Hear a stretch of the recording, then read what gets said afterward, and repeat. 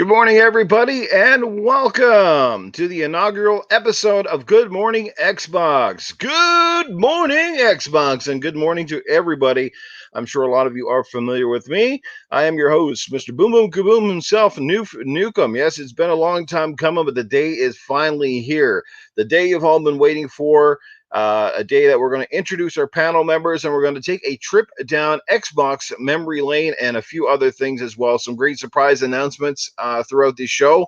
So make sure that you stick around because there's going to be some good stuff. Before I introduce our fantastic brand new panel, yes, they still smell like a brand new couch. I'm going to bring them in one at a time, and then we're going to do introductions. So let's give a shout out to the people that make this happen. And trust me, because you showed up here this morning, I'm going to make it worth the while. So let's first kick off and a big warm welcome to all you guys with Casket Repair. Doggy Dog is in the house already. We got Dragonheart Yobi. Right on. We got Invader Gaming hanging out with us right now. We got Pure Flack Monkey. Princess Zelda is here. Yeah, baby, I'm loving what I'm seeing already. Yes, we've got a whole bunch more Gunstar heroes in the chat. Darko's Dreamers. Yes, Doggy Dog already dropping a $1.99 super chat. We're going to have to keep that one down, guys. That's a bit of history in the making. Good morning, everyone. As he drops a $1.99 on the super chat. We got James176. Psychonauts is in the house.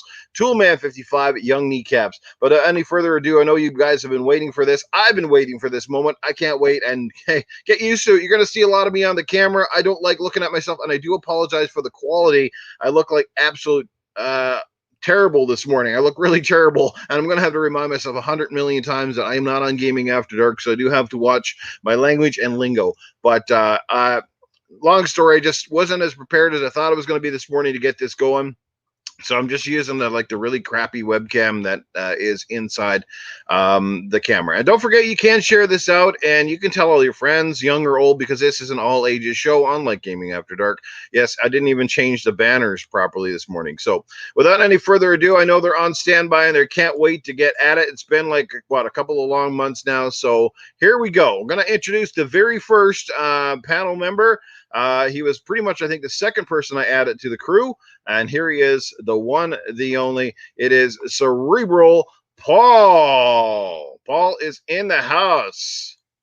Hey, good morning, everybody. Good morning, Xbox. Hope everybody's having a wonderful Sunday morning. I'm really looking forward to this. I've been looking forward to this for a couple of months now. It's been really hard to keep my mouth shut, too. You know, because I've always wanted to go, everybody's like, what are we going to be doing this next week? I'm like, I couldn't say a word. Chase Jones, what's up, my brother? How are you? Psychonauts dropping $5 in the super chat early. He says, what's up, fam? Yes, indeed. What is up? We are up. As a matter of fact, I know it's very early for a lot of us.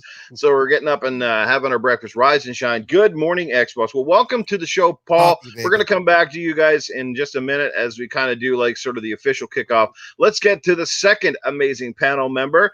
Here we go. She was actually the first one that made it onto this particular podcast. And I'm proud and honored to have her with us as well. And that is, here we go. Here she is, Cool Cat Terry. Yo, what's happening, everybody? Hope you're all doing fantastic on this fine morning. Yes, and she's going to come back and tell us a little bit about herself. That's what we're going to be doing this morning, telling you all a little bit about us, especially for those who don't know the panel. They're going to give you a little background history, and then we're going to talk about our history with Xbox. All right, next up, he's been on one of my podcasts before as well, bringing him back for the permanent membership, at least permanent as long as he wants it. Here we go. We're going to add him in here. Here comes Axel. 1, 3, 2, 4. Hello, everybody. Good morning, Xbox. How's everybody doing this fine morning? It is bright and early, but not too bright right now. As in Texas, it has been raining for 4 days. Yes, it has. So there you go. You got some rare weather happening in Texas. Pretty dry there most of the time, I'm sure. Not in Houston. No, we don't have dry. No, we got past the droughts a few years ago. It's been pretty normal since then. Awesome. All right. We got... There we go. That's 3 amazing members down, and we got 2 more to come. Are you ready for the next one? Here we go. straight out of the hallways of the nursing home. No, I'm just kidding. But here he is, the one, the only, Scrub Nurse. Hey, good morning, everybody. How y'all doing today? Glad to be on the show. No bedpans and anything today, but definitely wide awake and ready to get on the show, see what's going on. Glad to be with you guys. I love it. Awesome. Great representation so far. And last but not least, you've heard him on my podcast as well before. So, like I said, a few familiar faces here, hopefully some familiar voices, and hopefully they're going to be very familiar to you over the course of the next while. Here is the one, the only, Eternal Shadai. Good morning, everyone. I hope everybody had a good morning. I'm still sleepy, and you know how it goes. We do know how it goes, and we were all struggling this morning. I think Terry was probably ready to. It sounds like she was kind of the first one that was ready to go, and the rest of us, well, Paul was pretty ready, I think, but I certainly wasn't. I got down here, and of course, I didn't want to leave the show dragging, and I'm like, oh my god, I haven't done this with the channel, I haven't done that with the channel, and I couldn't find my proper camera, which explains why I have this absolutely god awful Aaron Greenberg version. Just kidding, Aaron. Shout out to him. Remember that one a while back where he had the camera and everybody gave him flack. Then he came back a few months later and he had a really good camera. That was hilarious. All right, so we're going to do some intros here. Again, let's just catch up with the chat. You know me, guys. I love to give a shout out to all these amazing folks who come out to be with us because they really are the big reason we're here to begin with. And we got, like I said, Dreadpool is in the house. The one, the only, the Master Dreadpool is in the house. Yeah, we got some great names in here, some familiar faces. Good to see that love. Good to see that support from people that have supported us for a while. So I've already got 2 or 3 super chats already. That is fantastic. And trust me, they're all appreciated. Everybody's appreciated. Like I said, whether you come out for 5 seconds or you're here for the whole show or you donate $1 or a dime, we just appreciate your time. You guys are the MVPs, the unsung legends of this stuff. But let's get right down to it, and we'll go back in the same order we introduced them in. So let's start with Cerebral Paul. Cerebral, tell us a little bit about yourself, maybe your background with gaming. Don't get too much into detail, just like on the Xbox side of things. Just kind of just a little bit more about yourself in general. We're going to do the console stuff here shortly. Okay, well, myself in general, I was born in. No, I'm kidding. Well, let's see. I have cerebral palsy, as you know. Many people see the name and go, "Wait, that means something, right?" Yes, it does. Which affects my my limbs primarily. I'm spastic in many ways, and not in the way you're thinking. No. It's it's a dexterity issue mostly. I can't walk, but so I spent a lot of time at home growing up because I couldn't go out and play. First thing we had was a Atari 2600. I know we're not going to get too deep into that, but I stayed home a lot, watched a lot of movies and TV. My dad used to call me his TV guide because if he lost a TV guide, he'd say, "Paul, what's on tonight?" And I could rattle off every, of course, back then there were only like 5 channels, so it wasn't that hard. So, but I've grown up doing technology stuff, started at a young age. I'm 54. I had to think about it for a second. I've been a computer tech for 40 years. So yeah, that tells you I started young. Actually, a little bit longer than that. God, I'm old. I'm gonna need scrub nurse. I'm gonna be in that nursing home too. Get those bedpans ready, baby. I got you covered. Well, if there's one thing, you guys, if you don't know already about Cerebral Paul, he's quick on the wit. He's definitely got a great sense of humor, and he brings a lot of knowledge and experience. And again, he represents a portion of the gaming community that is largely, I guess, sometimes forgotten or ignored, or certainly overlooked in many ways. And he's going to be here to represent that again particular portion of the gaming, because gaming is for everyone. Yeah, go ahead, brother. Talk about that a little bit. Yeah, sure. As I take down the names over here, go ahead. So what I'm going to be doing as it comes up is I'm going to be going into, as things come up across the news and in the industry, things that help accessibility and the reaching out. And it's not just about being disabled. If you work with people that are disabled, especially kids, or work in a hospital, some of the news I give you will help you go, hey, you might hear somebody say, well, my kid wants to do this, but he can't. But wait, I heard about this thing. See, that's where I want to come in, and I want to reach out to more than just the disabled people themselves. We're all surrounded by other people. Sorry, I get.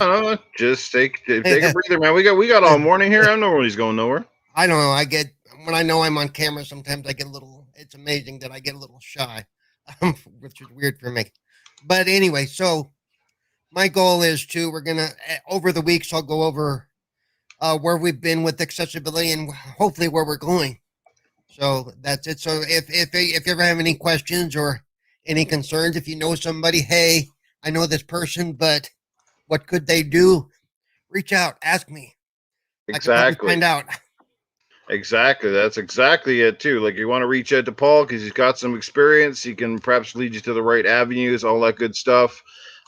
Indeed. So I'm just busy in the background, guys, just taking down some names, and I'll tell you at the end of the show why I'm doing just that. So, like I said, stick around. It's the hit list. We're sending Terry to your door. That's it. Terry and Axel. Axel's got that military experience, guys. So watch out. That's it. I also got that hood training, so I'm going to sneak up on you, just like in the hood. Absolutely. All right. Just before we get to the next panel, like I said, it's Good Morning Xbox. And if people are wondering why the name, where did this kind of come from, and kind of why Xbox, right? We're probably going to get that question. Could have been PlayStation, could have been Nintendo, et cetera, et cetera. Well, I think, first of all, I know there's a lot of Xbox-based podcasts out there right now. And everybody's trying to do a little bit something different, right? And I suppose someone said you never can have too many podcasts, and that's true to a certain extent. It just gets very hard to watch all your favorite podcasts when there's so many of them at different times, and that's why this time zone is also very important, because I've noticed there is very few podcasts that are up early in the mornings, and this also lends itself very well to people who happen to be in other parts of the world who like I said, when they're watching Gaming After Dark on Tuesday nights, it's very late for them, and I know a lot of them want to be there live, they want to interact. So hopefully this allows a new audience to come and check out our content and all that stuff. And Xbox, because I think the majority of us, if not all of us on this panel, I think that is our primary chosen place to play. We love Xbox. A lot of us have grown up around all of the consoles and the various games that come with it. So we want it to be Xbox centric. Does it mean we will not talk about other topics? No, we probably won't talk about them as much. I want to try to avoid PlayStation and Nintendo and stuff like that as much as you can, unless the topics are big enough that, like I said, we don't want to ignore them, like something that's definitely newsworthy or worthwhile, big industry moves. If they do something for the industry that's great for gamers and gaming, then we're all for it. And we're going to criticize. We're going to applaud where necessary. We're going to criticize where necessary on this particular show. So that's kind of what we did. We're hoping we're going to make this show unique, and we're definitely going to hopefully make this show around you guys in the audience as well. We're going to take your suggestions on what to make this show the best it can possibly be. I know the technical side of stuff. I'd like to see graphics or gameplay, and that's going to come in time. But right now, it's just going to be about the content and how we focus our show moving forward. So without any further ado, not to keep rambling on here, let's get into Cool Cat. Terry, tell us just a little bit about yourself, Terry. All right. Hello, everybody. I've been around on Twitch for quite a bit. I got started back in 2015 streaming on there. I'm a variety streamer, so I play a lot of different things. I do some art streams on the rare occasion, but otherwise, mostly you'll catch me playing like RPGs or racing games or things like that. I've been gaming since I was a tiny little one. Once I was tall enough to reach the controls on an arcade cabinet. That's when I got started playing pinball and like Centipede and Dig Dug and things like that, and then worked my way into consoles and all kinds of that good fun stuff.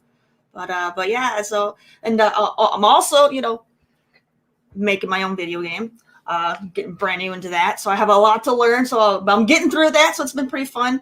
So I'm doing that as well, and so I'm happy to be here. Oh, love it. See, there you go. She's even working on her own game. That is huge. And, and she's going to update us on that development as time goes along. Maybe some of the things that, for people just starting out in gaming and doing their own games, the kind of software you want to use or the type of things you want to think about. Obviously, it's a big learning experience for her, but one that's definitely going to be worth the effort in a while. So we're going to look forward to seeing how she progresses with that stuff, whether it turns out to be something big or something on a small scale. We're very excited for that. Indeed, Terry. So thank you for that. Awesome. I'm just trying to get some names here. Let's we got some great people in the chat already. So yes, let's just move this along here. 33 people already. I am, I'm flabbergasted. 33 people. That's not bad. We're almost up to our average of half the crowd we get for Gaming After Dark, and this is early, so I know it's awesome. That coffee gotta be good for a lot of people being awake this early. Yeah, I know. well, as I said, the people who are here this morning, I'm going to make it worth your while. I'm certainly going to give you an opportunity, but I'll tell you more about that at the end of the show, because I think if I gave it away early or I put this out on Twitter, it wouldn't have the same effect. So we're testing you guys, seeing who's actually really loyal and not just showing up because of something in particular. Anyway, not to give too much away, let's get over to our next panel member, Eternal Shadai. Tell us just a little bit about yourself, Mr. Shadai. Well, first of all, good morning, everybody here on the panel. Same for the chat, and welcome. And remember, to share this, it will help us all. Me, well, basically, I've been jumping up and down and when it comes to gaming. Basically, it was PlayStation, then I switched to the Xbox, and since then, I have been an Xbox gamer for quite some time. What can I say? I'm in another podcast, especially Spanish speaking audiences on Saturdays. And when Noof was actually looking for people, I'm like, let me see how it goes, because I like video games. I like to talk. I like to, play. I like to play like you guys. And for me, this is a great opportunity, especially this is the first time doing it really early. But I get used to it. But I'm just ready for a lot of things. I would like to learn from you guys, and especially from the chat. I want to hear your point of views, and let's see how it goes from here on. Fantastic. We got some more super chats coming in. One comes from my old buddy here, Chase Jones, who is an absolute dynamo when it comes to playing Call of Duty, guys. You need a partner. Him and his brother, Blake, those guys will rock it with you, and those guys can carry your butt to just about any type of scenario. That they're really, really good at this. But they're they're two great guys. Awesome. So Chase Jones drops $5. I love the diversity of this panel. So good. So much potential. Look at that. And we have another super chat that pretty much addresses the same thing. And coming in from another longtime fan of Gaming After Dark, we have got, what the hell is my cat's doing? This is a nice electric panel. A nice eclectic panel. I love to see y'all supporting and wearing that dope Xbox apparel too. Yes, we are representing today. When we did this thing last week too, I know Terry had her awesome Gears of War swag on. That was awesome. My favorite franchise. So she's already a popular person with me this morning. We got Caitlin here. We got her other half, Fun Speculations, in the house. Darth Vicious is there. Wow, we got some great people in this chat. Emmanuel A1. Toolman is up in here. Boogeyman, True Racer YT. Now there's a guy who doesn't often get to watch my podcast because of the time, and now he finally has a day and a time where he can sit back and check this out. Well, glad to have you here, True Racer. Hope you like the shout out, because me and you go way back now. It's been a long time. It just tells me how long I've been around this game already. So that's crazy stuff right there. All right, let's move it right along. Let's get down to our next panel member. Scrub Nurse, tell us a little bit about yourself. Hey guys, good to be here. As my title says, scrub nurse. Basically, I worked in the OR for 10 years, scrubbing in surgery. So basically, all the fun stuff, to working in people's brains, to holding a human heart in my hand. So I was broken bones and all that good stuff. So when it was time to get a gamer tag for Xbox, you couldn't. Anything you picked, everybody knows when you're first picking out your name, nothing would work. So I had to go with my work title, and scrub nurse, boom, right then and there. So that's what I was stuck with. I don't necessarily work in the operating room anymore, but I still help out every now and then with some nursing stuff with friends and family. But I love gaming. I'm glad to be here. First podcast, but I know I see a lot of names of you guys that's in the chat, and I've been following some of the people in the podcast and world. So this was one of the things when Noof reached out to me, I was like, yeah, I'm definitely in. So I'm glad he did reach out, and I'm excited to see where this takes us. Love to see all the interaction in the chat already. It just warms my heart. So I'm glad and happy. I'm ready to get this thing going. Absolutely. This is going to be a small beginning to something that's very big. Having a chance to talk with each one of these panel members before we kind of went live this morning. Like I said, we do have a lot of diversity here. We have a lot of different gaming backgrounds, but our common thread right here is we all love Xbox. We all love gaming.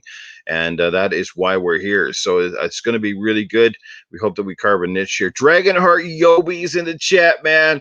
And yes, Dragonheart, you know, he's from time to time, he's a great dude in the community, and he's dropped me some fantastic messages of positivity and different things, and definitely appreciate him.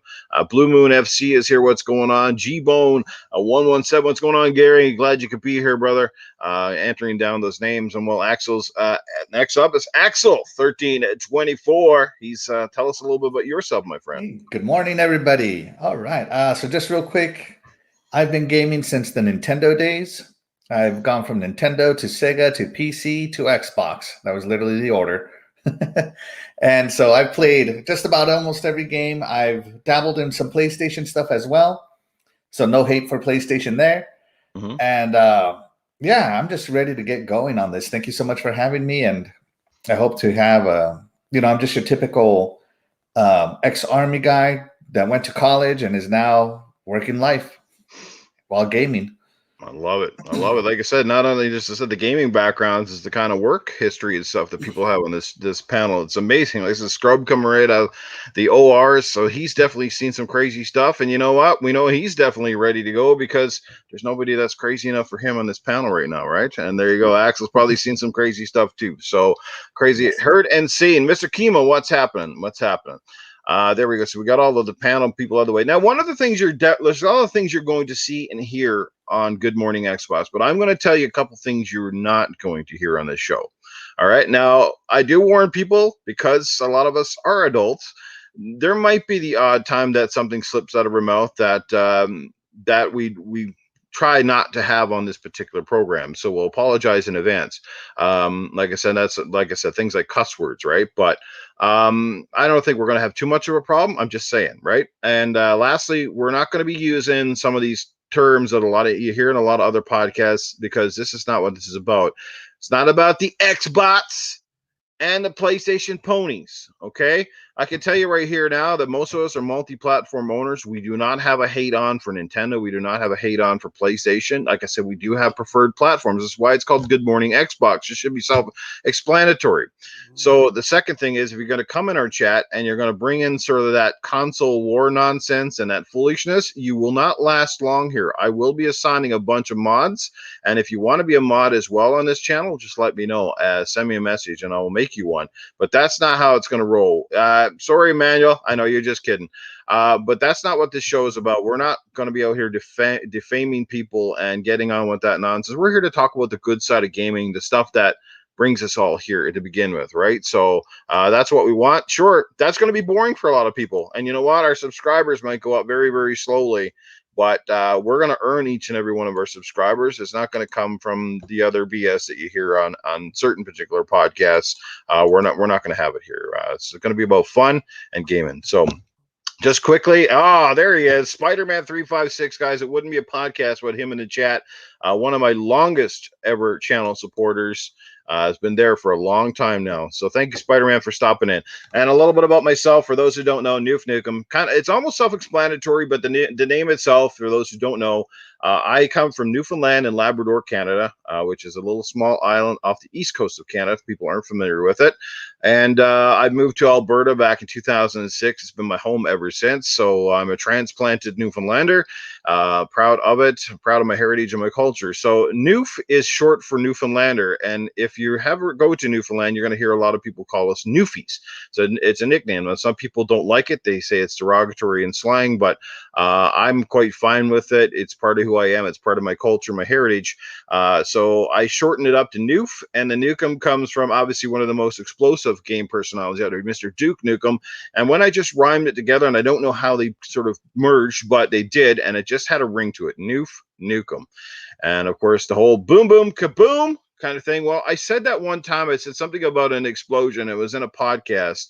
And that particular person that was on that podcast at the time, I think he was just like, boom, boom, kaboom. And it just, I don't know what happened, but it just gravitated from there. It's been the moniker ever since. So there you have it in a nutshell.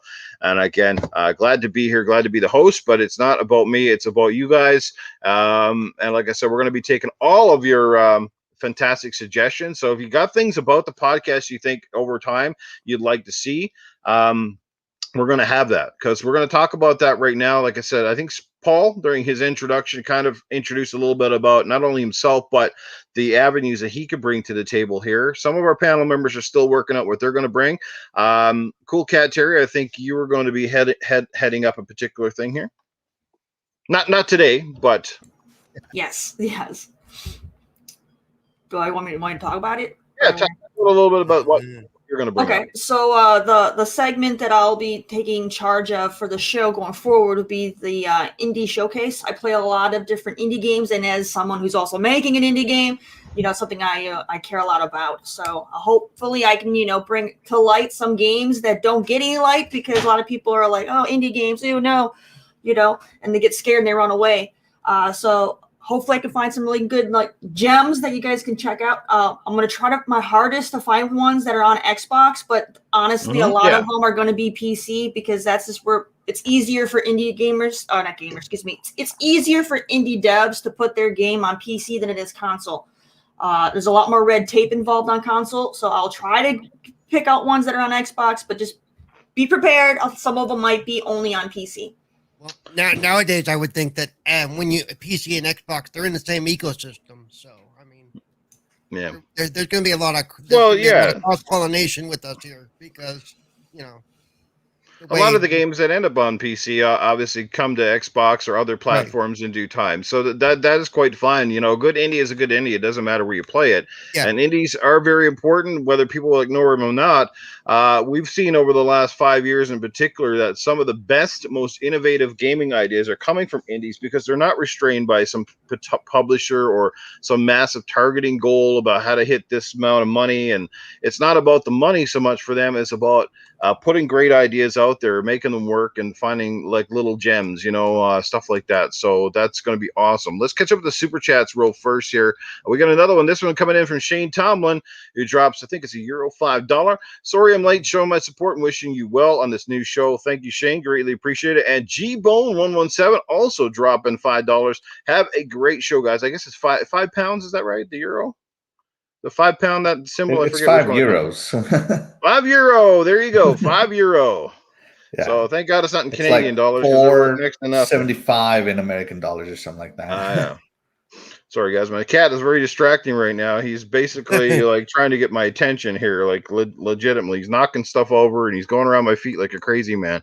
DJ Berto Das, yes, another fan of Gaming After Dark in the chat right now, dropping $5. I had to make the world premiere. Boom, boom, kaboom. Awesome, man. Good to see you here. Thank you so much for that. Wow, the super chats are coming in fast and furious today. Great stuff already. All right, let's get down to Shadai. I'm sorry, guys. My memory's joggy this morning, but I can't remember which segment you might be spearlining, or if you didn't have one quite yet. No, I don't have a segment yet. I was just still brainstorming on what to do, since we were talking about a lot of things, and I was still, like I said, brainstorming what to talk about, since basically I'm more of put it like an open source. I'm like, I take everything, I take everything. But as of right now, I don't have a specific segment, but as time goes, there's a possibility that I might get, or mention a specific segment. Here, I'm going to bring up my big guy and show you guys here. There we go. Hang on. If I don't choke myself first with the wires, hopefully you guys can see him here. Say hello to everybody, Toffee. Oh, how cute. His name is Toffee? This is Toffee. Oh, he's a cute guy. Hello to everybody, Toffee. That's awesome. Hello, yeah, Toffee. He's a big Maine Coon. He's a big boy. Oh, big pretty kitty. Yeah. Oh yeah, he's a big boy. He's a pretty cat. He's a good boy. He likes to get my attention, but as do all cats, right? Yes. Him and his sister. His sister's here too, but she's sleeping. He's going around being a nuisance. You know how it goes. So there you go. All right, Scrub. How about you, man? What's going on? Like I said, I forget. Like I said, we didn't iron all of this stuff out yet. A lot of ideas on the table. Not everything's floating yet, but I'm sure we'll get there. Yeah, basically, I do a lot of multiplayer and first-person shooters. So, but I was going to talk about new things coming to Xbox, maybe dealing with Game Pass or new games coming out, or you know maybe a new DLC is dropping for a game. So just giving people who are listening updates on some stuff that you might want to check out. I know if you got Xbox, you'll get your little memos and messages saying this is coming out and this is coming out. But I know not everybody always gets that. And if you're like me, a lot of times I'll get a lot of news just by listening to whatever podcasts I like to listen to. And something will come out that even though I'm on the internet looking, I might not know. So that's what I'll be bringing out is what's new coming out this week or maybe next week, any new interesting thing about a certain game that looks great. So if you guys have any topics or anything that you see that you think might be interesting as far as what's coming out new, you can also find me on Twitter and maybe shoot me a DM. So. Absolutely, yeah. Princess Ellis has that smooth voice, though. He definitely's got the smooth voice, indeed. Yes, and he's gonna have some smooth segments here. Like I said, guys, it's a work in progress, but we're gonna get there with your support. And Axel, how about yourself, brother? What's happening? And like I said, if you got something that you plan to bring to the show, now's the time to drop it. All right, everybody. I'm basically going to be covering the cloud gaming portion of Xbox, as that is a major news section now. I use cloud gaming almost every day. And as a matter of fact, I'm playing Banjo-Kazooie using cloud gaming, figuring out how that goes. It has touch controls, and I'm going to compare the touch controls to the regular controls eventually someday when I finish it. So that's what I'm going to focus on is cloud gaming and the games on it. Do they play well? Do they suck? Are the controls good? So forth and so on. Awesome. Good stuff. I do have a question for Scrub Nurse, though. Go for it, man. What's that? Have you seen the new Mortal Kombat movie? Yes. Okay. When Kano rips out the lizard heart, is that accurate to when you hold a heart? Yes, actually. I mean, it's still attached to the body, but yes. Only you would know this. It will beat if you take it out for a couple of seconds, but we're not gonna get too gory. But it's a cool film.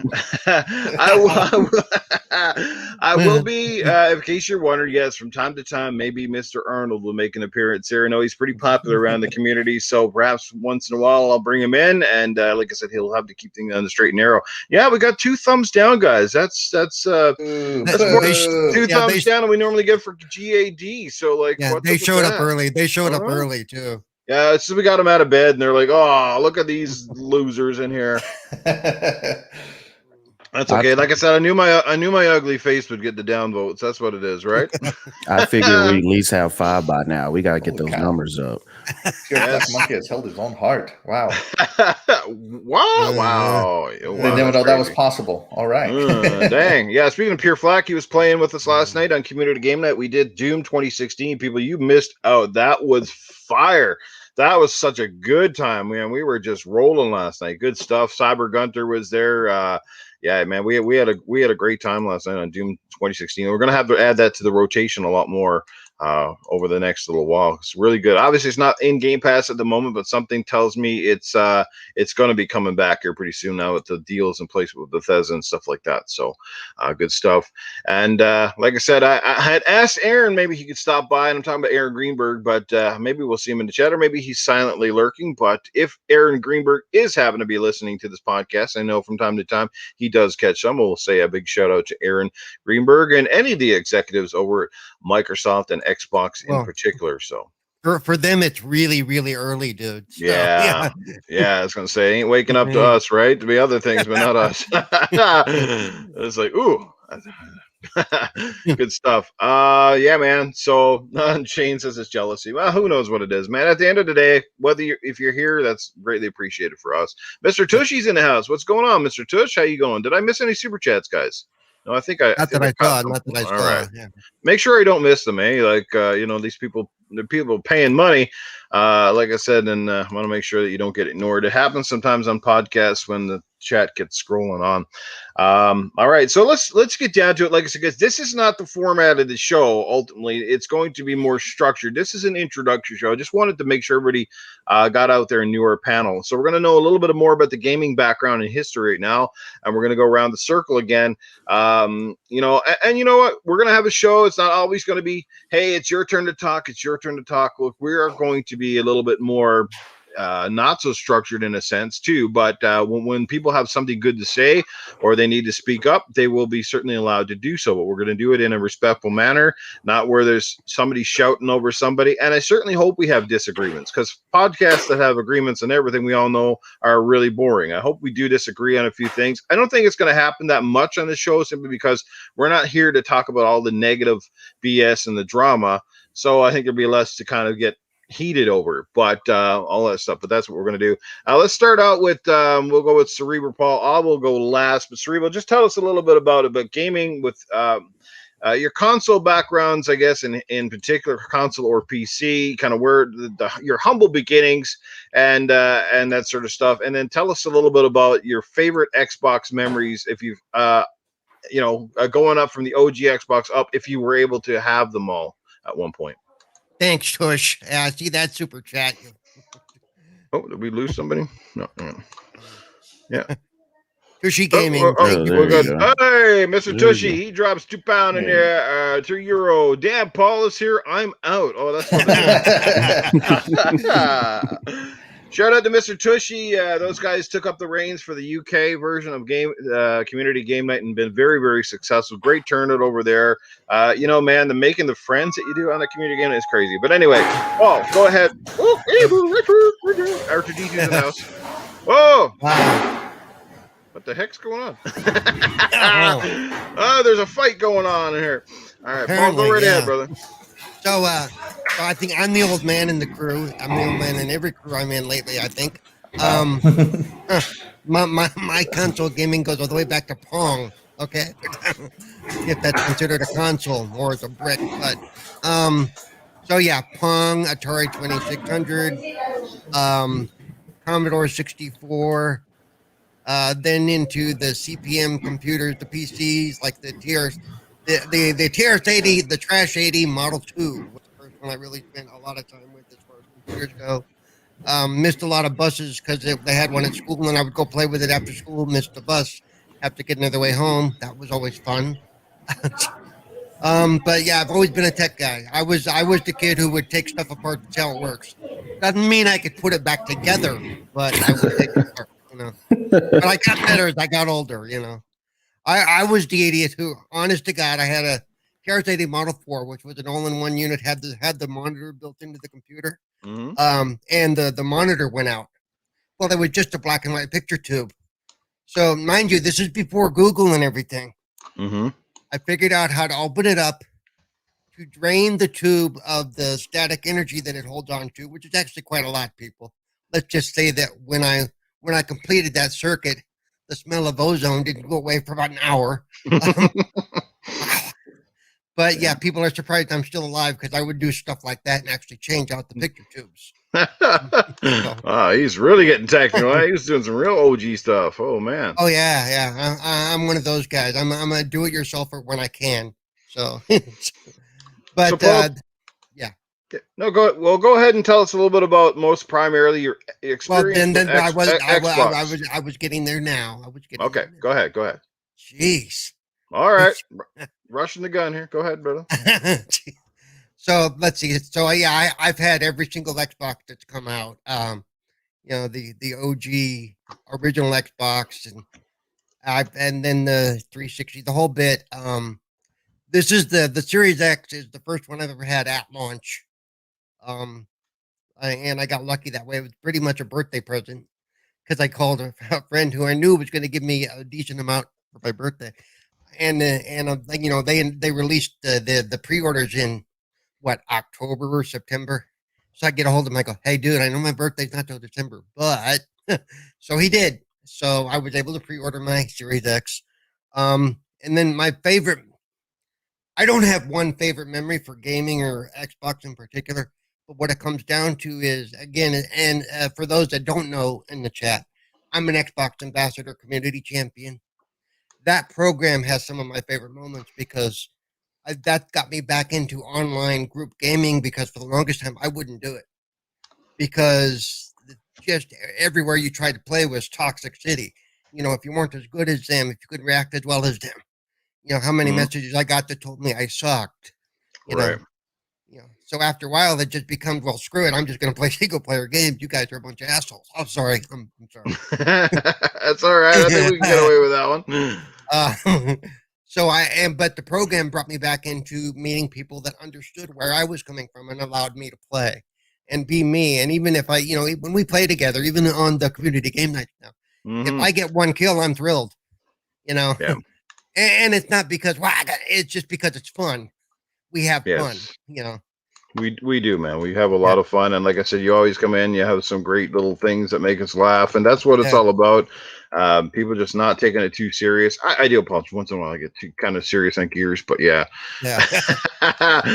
Gears is that one. Like I said, you love to love it and love to hate it kind of deal, right? It's just my jam, and some days it just does not go well for whatever reason. But yeah. Well, any day 3-bit plays and he's on the other team, it's not going well for anybody. Okay. Yeah, that's true. Well, yeah, him and he's not the only one. Yeah. All right. Okay. Hey, all right, Rob, what's going on? So, Paul, especially when it comes to the original Xbox, and this is where because a lot of us are more familiar now with the newer ones like 360, Xbox One. But tell us some of your first impressions about the original Xbox is where I'm really interested in, because obviously that's where where it really began, where you came up with. It was your identity at the time, and it was quite a new console. Microsoft was new on the market. This was a new console. For some people, they thought it was, the bee's knees. Others, it was just this behemoth kind of thing. And of course, it came with the Duke at launch. So tell us a little bit about your first experiences, perhaps the first Halo, the first game on a Microsoft platform that really stood out to you. Like, what was your impressions of the original Xbox? That's the problem is I can't really think back to why I got the original Xbox, except maybe Duke Nukem would be a big one because I played it on PC. Yeah. If you don't have a great story, that's fine. You just move on. But I do remember that's where they started introducing parties and stuff like that, and the whole silver versus gold, and you could chat.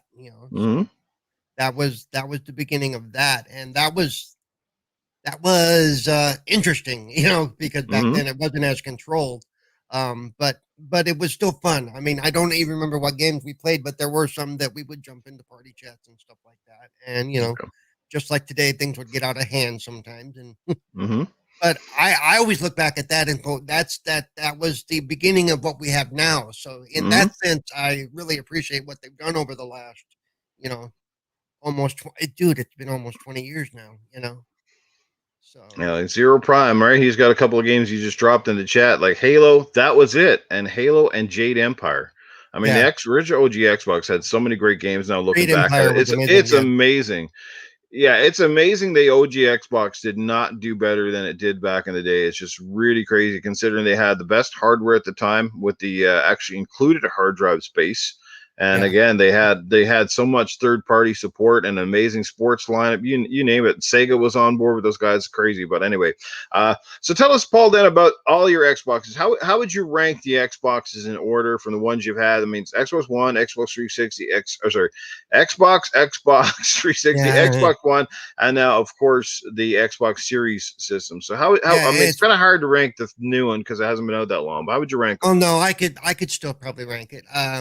The Series X would be my number one, definitely. And actually, I think I would put the 360 above the Xbox One and the One X simply because of the games that were available and the changes they made. It was just, I love my. If it wasn't for my One and my One X, I wouldn't be where I am today. But still, as far as the whole thing goes, I think I got more joy out of the 360 era, and then the Xbox One, and then the OG Xbox. And a lot of that has to do, if you look at it, as things have changed as far as like games with gold and the parties and stuff like that. If you look at my ranking, the more they got into the social side, the better it got. Nice, absolutely. All right. let's move down the line here on this one. Let's go with Cool Cat Terry.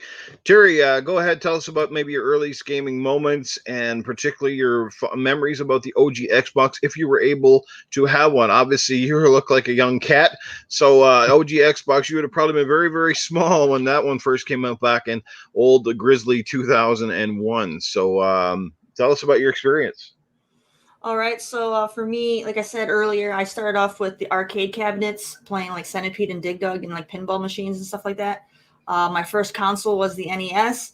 My dad brought it home one day in a box with a bunch of games. His buddy was like, "I don't want no more," so he's like, "Yo, I'll take it." So he brought that home, and that was like my biggest thing into like gaming, because the arcade stuff I didn't really get to do that much because you have to actually go out to go do that stuff. So it really got me into gaming on the NES. To this day, though, I still cannot stand. I still cannot stand side-scrolling platformers because of my childhood. Those were the devil. But that's my introduction into that. And then I moved into the Genesis after that. I didn't get through all of the consoles. Unfortunately, my family just could not support getting consoles. So the only time I got an upgrade in console was if my father was able to find it at a garage sale or something. So I ended up getting to the Genesis after that. What was it? TMNT tournament. I think tournament fighters or whatever I think is what it was called. Yeah. I absolutely love that game to this day. It was amazing. As well as they had some other ones on the Genesis as well. But that one, by far, I love the Ninja Turtle games. I always have, always will. They're just the best games out there. Facts. So I just loved it. I was here. And then after the Genesis, I had a huge gap of no consoles until I ended up saving up money and working through the summers, helping my dad with his business, saving money. And I ended up buying my own Nintendo 64. I had to buy it used because, poor kid, but I bought it used, and I had a lot of fun playing on the 64. I remember playing NFL Blitz. I played NASCAR 99, single-handedly broke my controller, but my thumbstick got wore out playing NASCAR 99. But I had a lot of fun with that. And of course, Star Fox 64 was like the best. And Perfect Dark and all that good stuff. So I absolutely loved that console. And then I got lucky and I ended up getting the PS1 as a gift for Christmas that one year. It was the first time I ever got a brand new console in my life, was the PS1. And they got me the small little white one. Yeah. So I had a lot of fun playing on that too as a kid. Things like Driver. I love the Driver franchise, the Test Drive series. I'm real big into racing games. Need for Speed. I was like, PS1 era was like the best.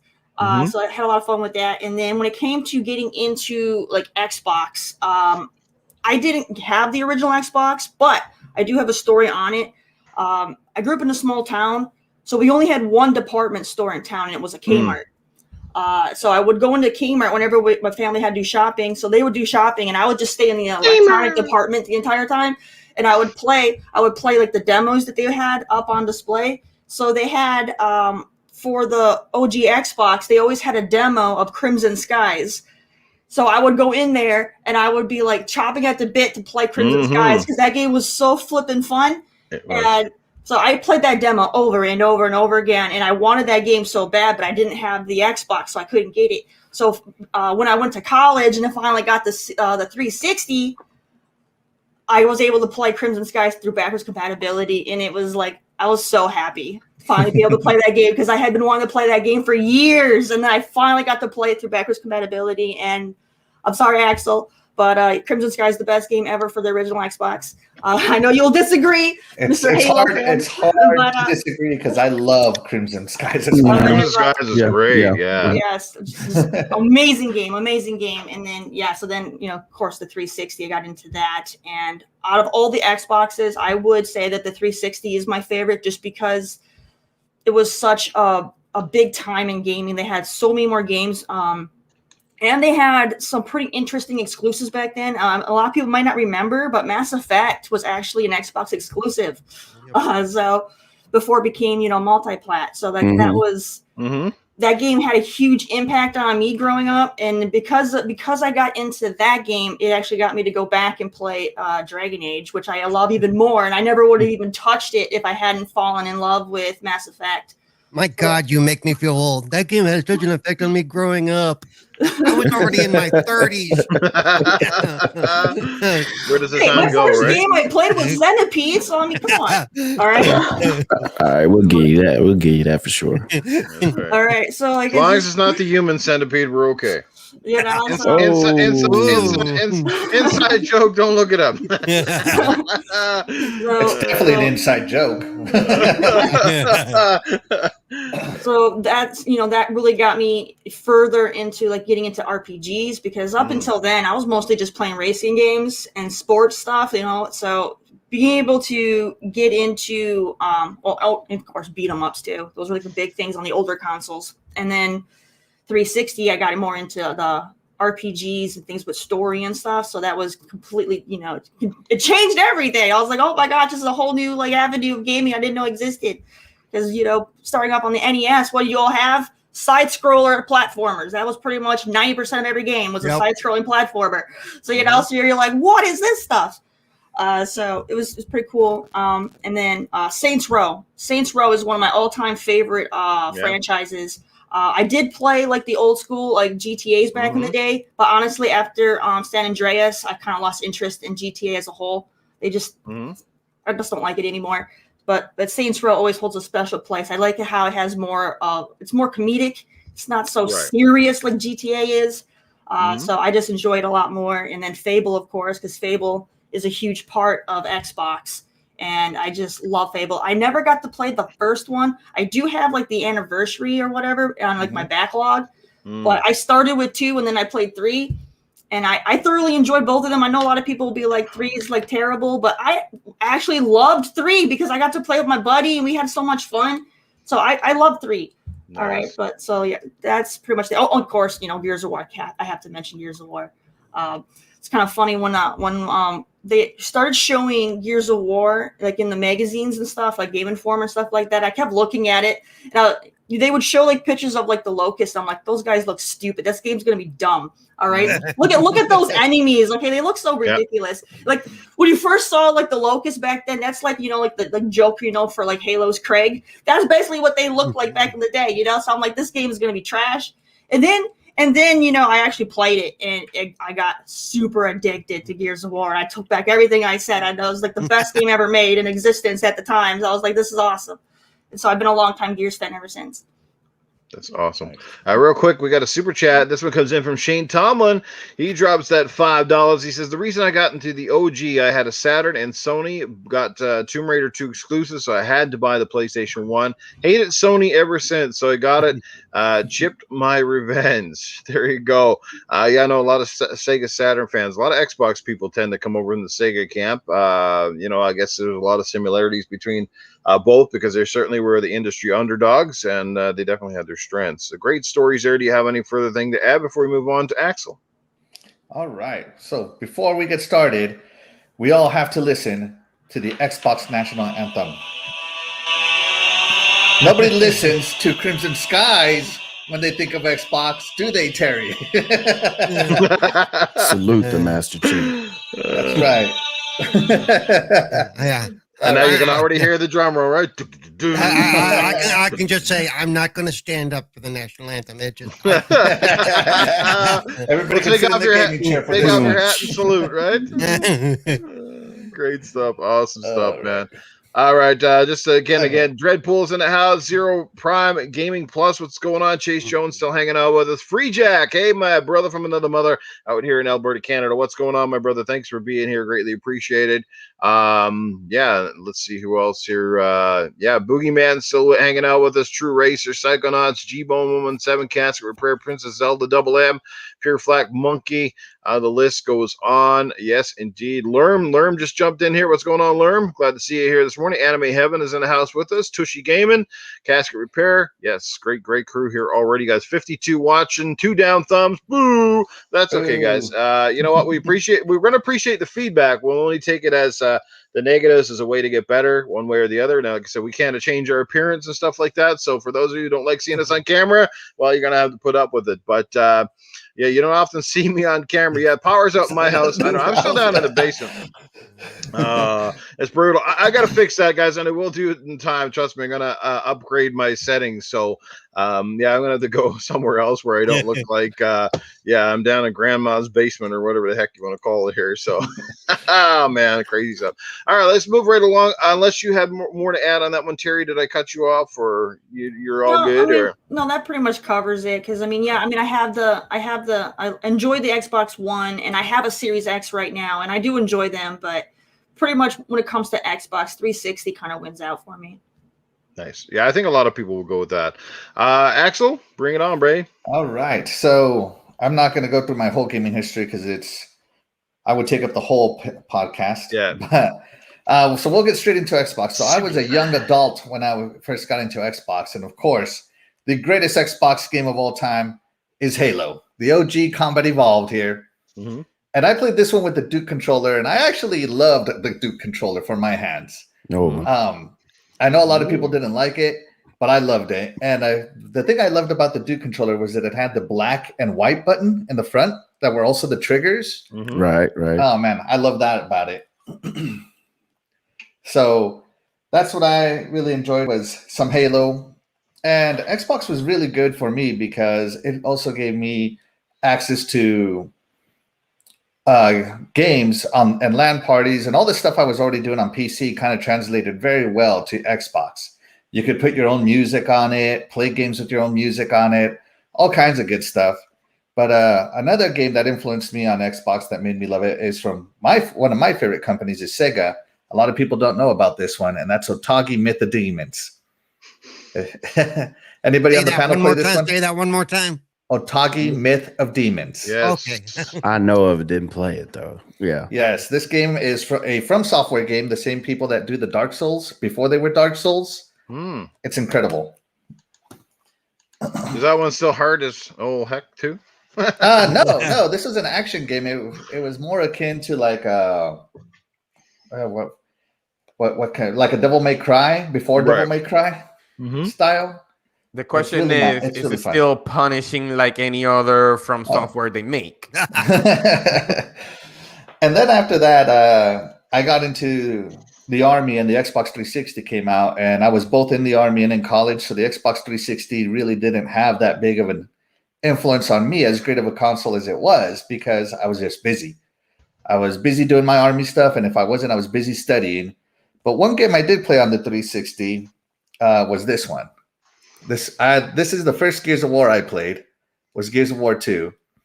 And this game had a big influence in my life because I liked it so much that we started playing every Friday night, me and my friends, just to play Horde mode on this game. This is where it was introduced. And to this day, we still gather every Friday, Saturday to play co-op games. So this game is real important to me, Gears of War 2. And next, I'm going to kind of cheat. I'm going to use two games. At the end of the 360, I graduated college. I'm almost done with college, I should say. But I bought a game. It went into my backlog. And then I started playing it afterwards. And that's the remake of Tomb Raider. Lara Croft will always be bae. She's the gamer babe. I don't care what anybody says. She's the greatest. But this game, I started playing it on my 360. And I liked it so much. And I had a 1 that I bought it twice. And I restarted the whole game all over again. So this game was also incredible for me, and it kind of showed a nice evolution of Lara Croft. It wasn't, I don't know, a half-hearted effort like all the other Tomb Raiders were since the original few. And so this one is really well done. One of my favorite franchises right now is Tomb Raider. And so, yeah. And I know I'm going to get some hate for this one, but this game right here, I love this game. There has never been more shenanigans, more time to laugh than it has been on this game. This game is you can jump in as a newbie. You're the same power as someone who's been playing it for the past 3 years. It looks beautiful. It plays great. And the stuff you can do in this game, the stuff you run into, it's just, I've laughed more playing this game than I laughed playing any other game in my life. There's just something about this game that makes you laugh when you play it, and you don't take it too seriously when you realize that this is a game. So throughout Xbox, I know that we wanted to stick to the original Xbox, but I can't just include the original Xbox. To me, Xbox is all of this. Right. That's right. And it really shows just how versatile they are, and how many different types of experiences you can have. So yeah, if anybody wants to sail the high seas and you got about 6 hours of time, because Sea of Thieves is not a 20-minute game, you let me know. We'll sail. Oh yeah. I love it. Like I said, that's what I love about this is we're getting lots of diversity and different memories from different people. It's not the same. Oh, it was just this, and this. I love it, and I love these conversations because if you've been watching the chat as well, it's really like a refresher, trip down memory lane. Because some of you people are bringing up, games that a lot of us may have forgotten. Like he just brought up Otogi, right? Which is a game that a lot of people are probably asking themselves now, where was that? What was this game? You know what I mean? I remember that game, just like Scrub said. I just never got to play that one. That was one that I just kind of passed over for whatever reason. But I think on the original Xbox, we all know Ninja Gaiden, though, right? Yeah, that was quite the game back in the day. I'll get to my stuff in a minute, but let's let Eternal Shadai have the floor on this one. Tell us about your earliest gaming experiences, and most in particular, some of your fondest memories about Xbox and the OG one, if you were able to have it and play it. Well, I started gaming. Wow, starting from the NES, but the problem was that I got the NES during the pretty much final cycle before Super Nintendo came out, so I was really late for the gaming. But the first thing that I remember is playing the NES Ninja Gaiden. I couldn't beat it; it was too hard, and I was like, even though as punishing that Ninja Gaiden was, it was really fun. I really liked playing Ninja Gaiden. As time moved forward, I never got the chance to own a Super Nintendo, but I ended up having a 64, and I got introduced for Zelda Ocarina of Time from a friend at school, so he let me borrow it, and that was one of the best experience I ever had when it comes to adventure. I was really blown away for the way they made it and the story, and that was like the first.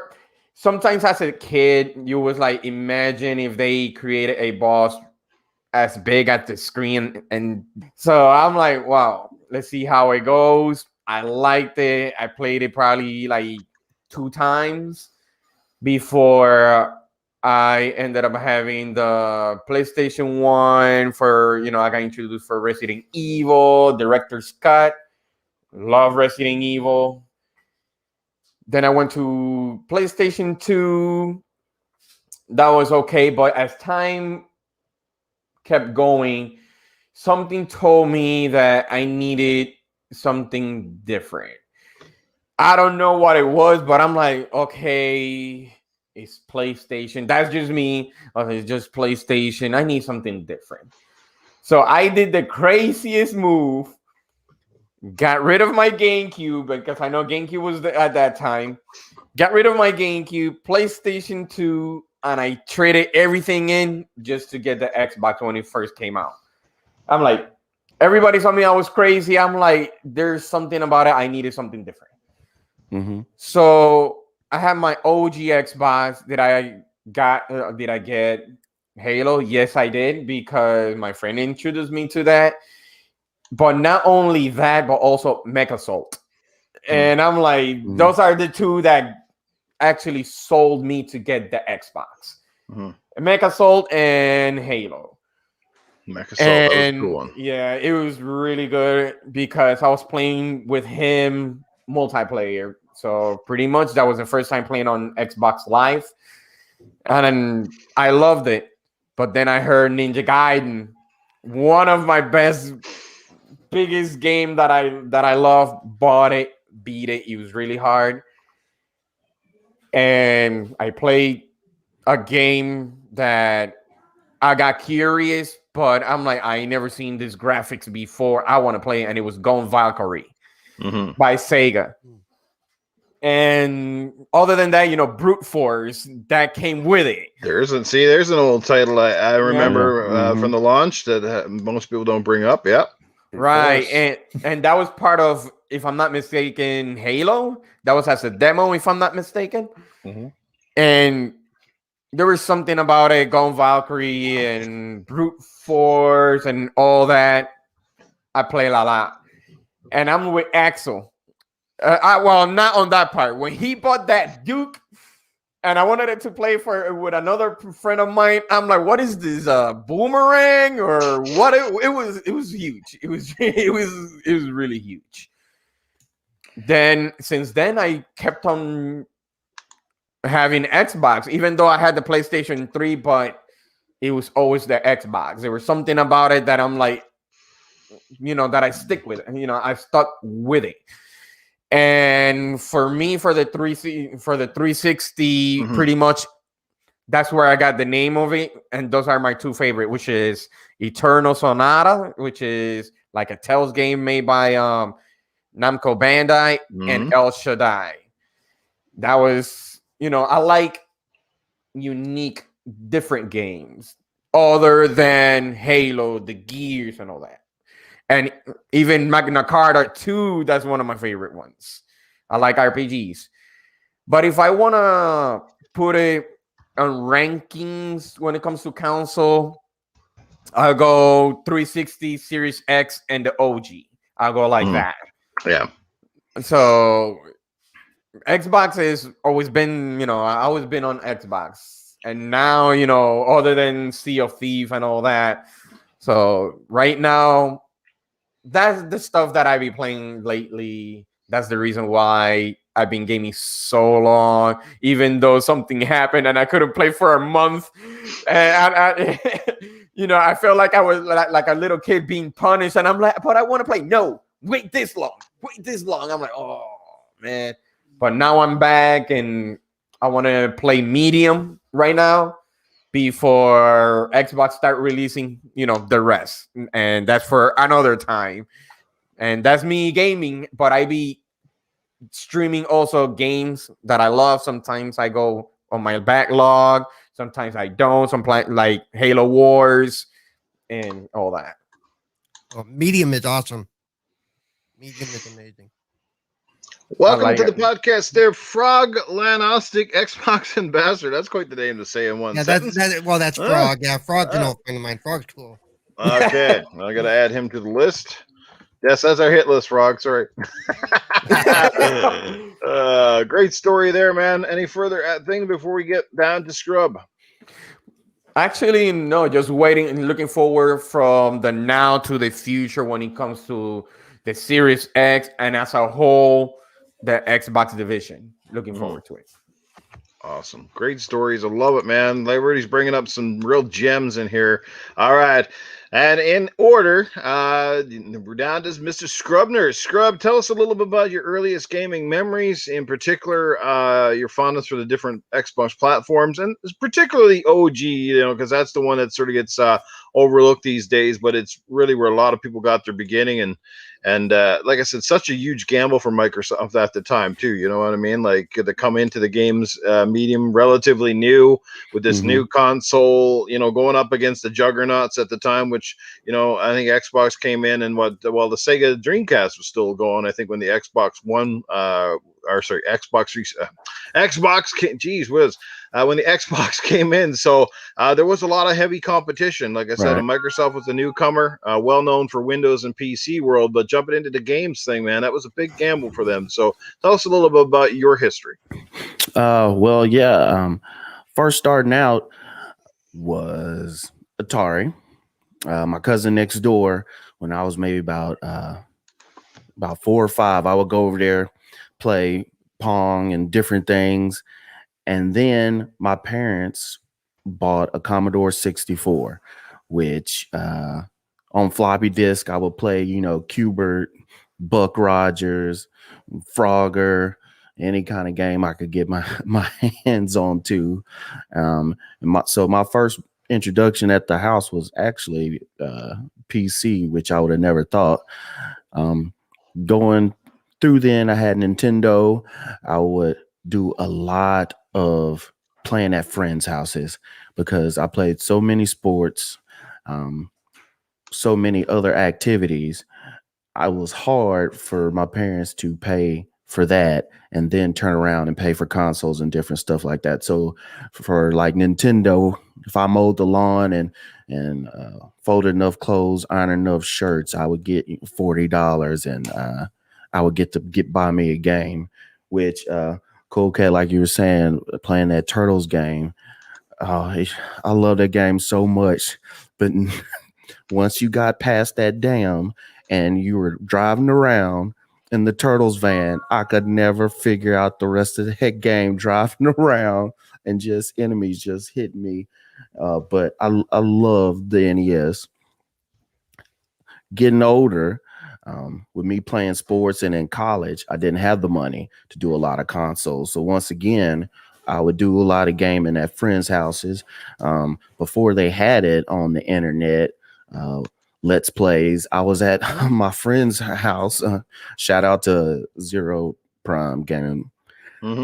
We used to hang out in college all day long, and he would sit there on his GameCube or PlayStation, SOCOM. We would do a lot of Capcom fighting games, different stuff like that, and just had a blast.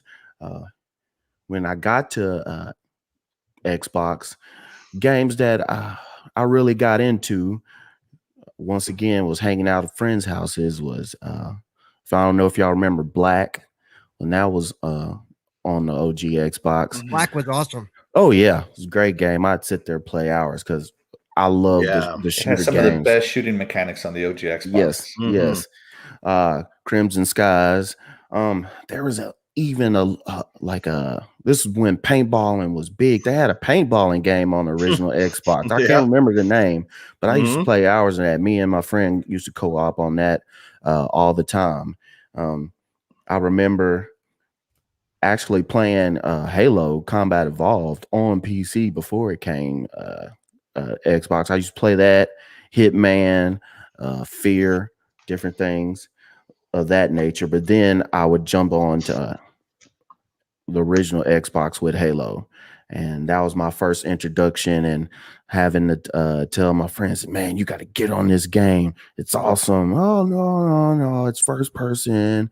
I love the third person view, but I made some converts for a little while. And my first where I personally owned Xbox was 360. And I was saving up money for a ring. I was gonna get engaged, and that didn't work out. So I had a whole bunch of cash burning in my pocket. Well, at least you didn't get burned on the wedding. Sorry to hear, but yeah. Yeah. It worked out for the best on both ends. On both ends. So you're here with us now, so it worked out. There you that's go. right. That's right. So I ended up getting a 360, 2 controllers, and maybe about 4 or 5 games, and then that's when it was just boom, boom, boom. Always Xbox. I loved Xbox, especially the 360 era, but also original, because I used to always fight with my friends that had other systems, but Xbox has the games. You might say, oh, well, it doesn't look as good, but to me, all I cared about was games. I used to do a lot of Fable 2 was one of the great games that I loved on the 360. So I used to play the mess out of that. Even dealt with a little Fable 3, of course, Halo, original Combat Evolved, all those LAN parties back in the day at friends' house, everybody connecting cords around a big living room. It always that one friend that had decent enough internet, and then we'd hook up and then go play against everybody on there. Gears of War also, especially the first 3. I love those no matter what. Putting in the gore and then the way the games just looked. I know you can always go back and look at a game and go, oh man, I can't believe you thought that was great. But I remember a time where Mario was the greatest graphics in the world. So it's just where you came in, and I was just glad to be part of a generation where you can go from 2 bars and a dot bouncing around the screen all the way to where we have there, because younger people might not understand how far we've gotten, and they might just expect, some people have just grown up with a tablet in their hand and they just assume, but it's almost, you have to understand, for the older people, you get sometimes a more of appreciation of what's going on in the background for games and how much work that has to be gone into it and the time. And I think that's a lot of times where a lot of people are more vocal, the older crowd, on what they expect and what they think should be a perfect game. I'm sorry, I had a 9-year-old girl birthday party last night, so they're moving around. That might be some of the noises y'all hearing. But like today, when we're getting games where it might take 6 months to get it where they need to be because they have to keep patching and bugs. You couldn't come out with a game like that back in the day. It had to be perfect. There was no way to patch it. It either came in like that, or the game was just thrown in the trash like E.T. I don't know if y'all remember those. Oh yeah. You either did it right the first time, or you didn't get it done at all. So that's kind of my little background in the gaming. I still have friends. That's the one thing I loved about Xbox.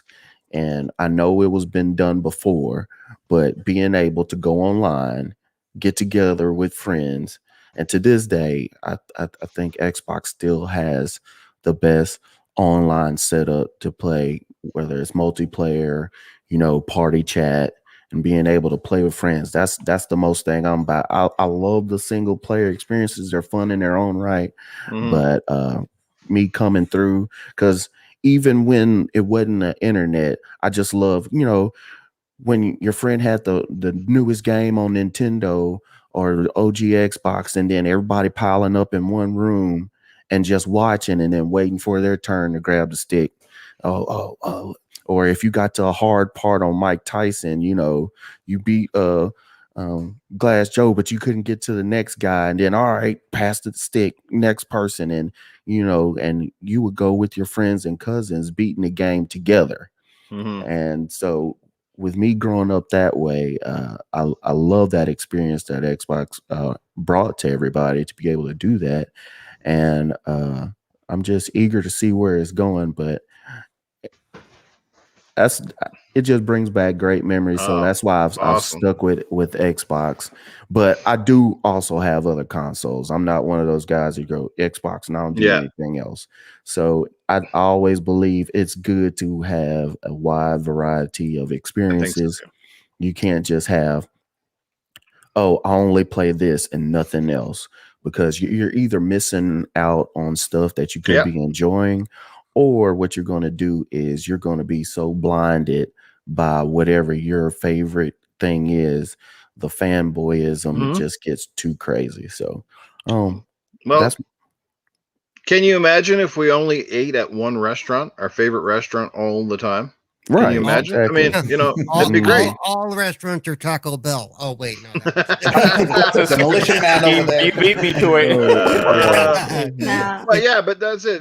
That's what gaming's about. It's like, there are some people out there who are dead set on having one console, and I think that largely stems at a bit of a fan. Now, I do understand there are people out there who have one console, and it's largely because of financial reasons, because they can't afford them all, or it gets very because if there's one thing that I've learned about owning multiple consoles, is every time there's game releases, and they come very frequently compared back to the 80s and 90s, is that it's very hard to keep up with games. I mean, back when I was a Genesis player, I played and beat almost every single game that I ever owned. I can't say that now with today's games, because our backlogs are huge, and I think everybody on this panel, I'm sure, has a backlog that's probably too long to even mention, right? Correct. Oh, Yes. yeah, thank you, Game Pass. I have Thank you, over- Game Pass. Yes. Yes. Great point, Paul. But that's one Yeah. thing about today's age, because of the internet. I know for as many good things that the internet and being connected brings to us, there's also some disadvantages and stuff too. But like that would have been great back in the 80s and 90s, because that's the thing. Back when I was buying Sega Genesis and Super Nintendo games or N64 games, there was no internet, there was no online. You had game magazines. And that was pretty much it. Before the internet, nobody told you what was a good or bad game. You went to the store, your mom probably bought you that game, paid 50, 60, 70, 80, $90 on that damn thing, and you brought it home and you hoped that it was good. And if anybody knows, if it was a licensed game, especially back in the Nintendo era, the NES era, licensed games were notoriously bad, and people got burned quite a bit. And that's, thank God a lot of that has changed in this day and age. We're more educated as gamers. We're able to go out and spend our money a lot more wisely than we used to. It doesn't mean there aren't some duds, but like I said, one man's treasure is another man's trash, so on and so forth, because some people may, like I said, Sea of Thieves. Axel brought it up, and I know there's people that can't stand that game, but yet there's a massive amount of people that love it, and they love it because it is different, because it's an easy game to pick up, a hard game to master, a game that brings friends together, a game that relies on communication. It's just one of those games that that has its own niche, and has certainly carved a course on Xbox. And also, Sea of Thieves, when it first launched, was crap. Oh, yeah. It was bare bones is what it was. It was just so bare. It was there was wow. nothing to do. But they wised up real quick, and they, and people, even I went back to it for a while after, because at first it was like, this is stupid. What am I doing? But you go back with friends, a year later, and it's a much different game. Right. Yeah, you go back now. Yeah, you definitely see that the game is a lot closer now to the original vision than it was when it launched. And even when you look at the game case, remember, like they had the rowboat, and everybody was kind of like, "Where's the rowboats? There's no rowboats in this game." And then eventually they added them in, and that has its own little perk. Man, great stories from everybody, like hearing games like Fusion Frenzy and Brute Force and Crimson Skies. Some of these forgotten gems and so many more. I'm just going to kind of break mine down real simple. Obviously, I started my gaming way back on the Sega Master System. That was my go-to back in that day and era. I had the Master System before I had the NES, but I pretty much owned almost every Sega Nintendo console you can think of, with the exception of the Virtual Boy. Who the heck owned that thing? You're probably blind today if you played that thing. So Virtual Boy, and I think that's one Nintendo even likes to forget about. You never see it's like any of their retro history stuff. It's a relic, but obviously they tried something new, as Nintendo always does. That's one particular time they failed miserably. Yes. No, Nintendo and Sega was awesome. Love those eras. Those guys went back and forth, toe to toe. That sort of stuff. The Sonic the Hedgehog was certainly one of the defining moments for the Genesis for me, and was a big thing with Sega. But what made me a Sega fan back in the day was the arcade division. It was going and playing games like Shinobi and Afterburner and Outrun and Hang On, and so many amazing games, Altered Beast, et cetera, et cetera. So I remember specifically getting the Xbox. I was late to the party with Xbox because I had Sega Saturn before I think the Xbox came out. Actually, I had the Dreamcast. I had the Dreamcast for a little while then first, and then I gravitated. I think I had the PlayStation 2, and then I eventually got the Xbox. By the time I got the Xbox, it was about 2004, if I remember correctly. Xbox Live was still relatively new. I kind of skipped over the initial Halo. Like, I wasn't really getting it at the time. Like, for me, the big shooter before Halo was pretty much GoldenEye for me, right? On the N64. And then Halo kind of come out, and it just, I heard the hype and stuff, but I never really got into it. And then it was Halo 2. And Halo 2 was so big at the time, it was too big to ignore. It was one of the biggest entertainment launches in history, if we go back and remember correctly. It was massive. And that's what's like, you know what? I'm finally going to get this Xbox thing everybody's talking about. And I remember, man, this system is cool looking, but it's huge and it's heavy. But it had the hard drive, and it had, of course, by the time I bought my Xbox, they had already revamped the controller, and it came with the S controller in the box. Right. So I love that controller right from the get-go. So yeah, this controller's nice. I loved everything about the Xbox and all the games, and some of the games that stood out to me on the OG originally was Ninja Gaiden. Now, one that nobody's brought up today, but I absolutely loved it to bits. It was probably one of my favorite games on the platform. Escape from Butcher Bay, Chronicles of Riddick. That was cool. Oh yeah, yeah. Wow. that game blew me away. And I remember, I think it was Doom 3 came out on the OG Xbox. And there was all these games that came out on the OG Xbox that, at the time developers said weren't really possible on the original PS. And that's part. We're getting a little bottom. Uh-oh. Yep. Noof. It happens. Noof has been taken over by the dungeon. Frozen. There he goes. I think he's back. All right. Yeah, like Splinter Cell Chaos Theory destroyed the other platform versions. Back then, like a lot of those versions, it wasn't like today where multi-platform games are minutely different, like maybe a few frames or a little bit of like back in those days when multi-plat games came out, a lot of the times you were like, yeah, I can see why they're really good on this particular platform. You know what I mean? There was no tiptoeing around it. Now they're largely made by very similar hardware. But anyway, that was my early memories with Xbox. And, the thing for Xbox that was the redefining moment, more even so than the games, it was Xbox Live. It really was. Well, they obviously can't take credit for, being the first ones to come out and have this, this gaming on the internet. They were the first ones who really started to make it click. By the time then, the internet infrastructure was getting a little bit better. Xbox Live was kind of coming along. It was a big thing. Playing Halo 2 on it was amazing. We finally now went from LAN parties to actually playing people online. And how cool was that? Seeing people online and playing them. And that's where that passion was born. And then, of course, the 360 just nurtured that. 360 borrowed what they did there, improved on it tenfold. We all remember the blades. We remember creating our gamer profile. I remember my very first gamer tag, which was called Tornado Tony. It was really tacky at the time, but it worked. And then I changed it to multiple ones after that. And finally, after all these years, after 7 or 8 different changes, thankfully, Microsoft let you do that. They gave you one honorary one, I think it was, and then the rest you paid for, unless you were banned and had to change it. And then I went to Noof Nukem because of my channel, my branding, so to speak. So I wanted to make sure I had a gamer tag, one that wasn't going to get me banned constantly like my previous ones, and 2, something identifiable, something, okay, that's Noof Nukem, and there's no numbers there. We know it's an early gamer tag, all that good stuff. So yeah. But and the OG Xbox as well, like games like Sega GT, the support that Sega gave too. That was another reason I really loved it because they were right on board. We had Shenmue 2, we had Sega GT, and it was Jet Set Radio and Project Gotham Racing. And well, that wasn't Sega, but I think it was Bizarre Creations made that one. But Project Gotham was a racer definer as well. Like before Forza, and everybody kind of forgets that, it was PGR. And I think a lot of fans would love to see that come back. The 360, the big thing that got me on the 360, I bought that one day one. I had that one at launch. I wasn't able to get the one with the hard drive. I had to go and spend actually more money because I had to go buy that little. Remember, it came with you had to buy the 256 megabyte memory stick, which was enough to hold a crap load of games today. It was actually enough to hold significantly a lot of save files. Well, I guess you didn't download games. That's the thing. You save files, but it was large enough to hold quite a bit of stuff and all that sort of stuff. So that's what I had at launch.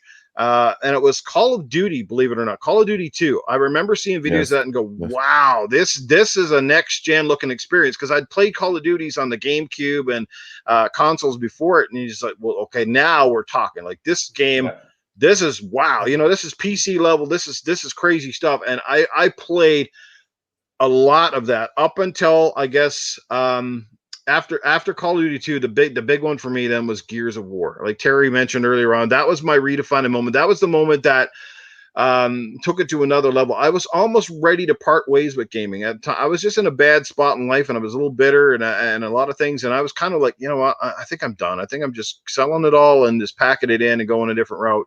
And then it was just before that, it was Gears of War, and Gears of War came out, and it just blew me away in every facet. I was like, there's no way this game's going to look as good as these books are showing, right? And boy, it did come out, and maybe not quite look that good, but it definitely was a redefining game. It was a game that graphically, stylistically, there was really not much out there like it out there, and it was just larger than life. These big giant characters, this cool story, these awesome monsters coming up out of the ground, General Rom coming in making an impact right off the get-go.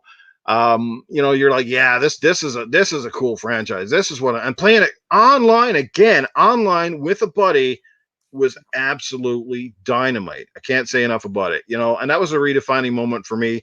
And I'm going to go on to Xbox One.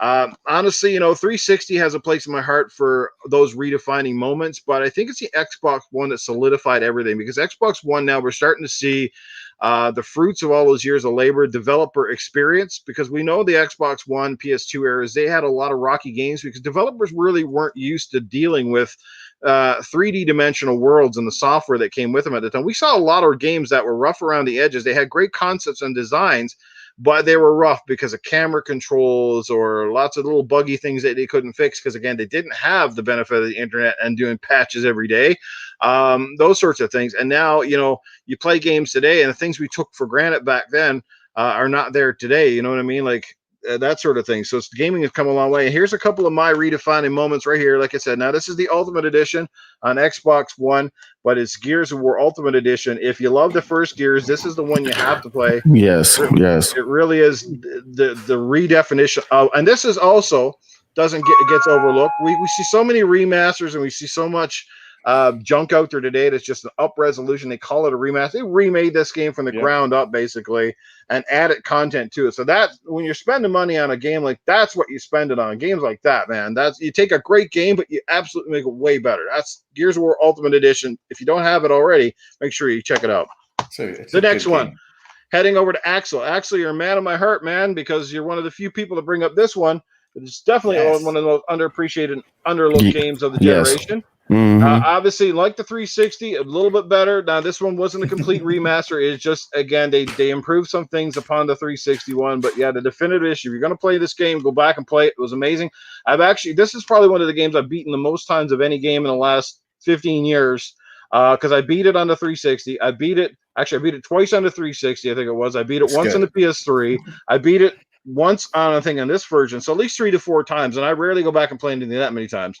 And then last but not least, another third-party title that was a redefining for third parties, but also for this studio in general, and put superhero games back on the map. This one right here, baby. The Arkham series. Batman Arkham Knight and Arkham Asylum. My beautiful Lord. game. Mm-hmm. Absolutely amazing. Yeah, it's a must play. If you've never played them, go back. They're absolutely dynamite. Both games are stellar.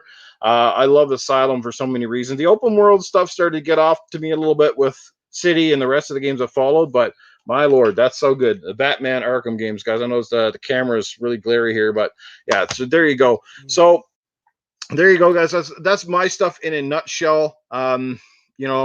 And I love my new Xbox. I have my Series X, and I want to say I'm very fortunate that I was able to get one. I know there's a lot of people out there still can't, and we hope and cross our fingers that you're able to get one before the summer is out, so that way you'll have a nice shiny new box to play all those shiny new games on come November, because I guarantee you, if you don't have one now, you're going to want one when Halo Infinite drops. It is coming, and it's looking brilliant so far. So and there's other stuff coming besides Halo Infinite that are big too. Absolutely.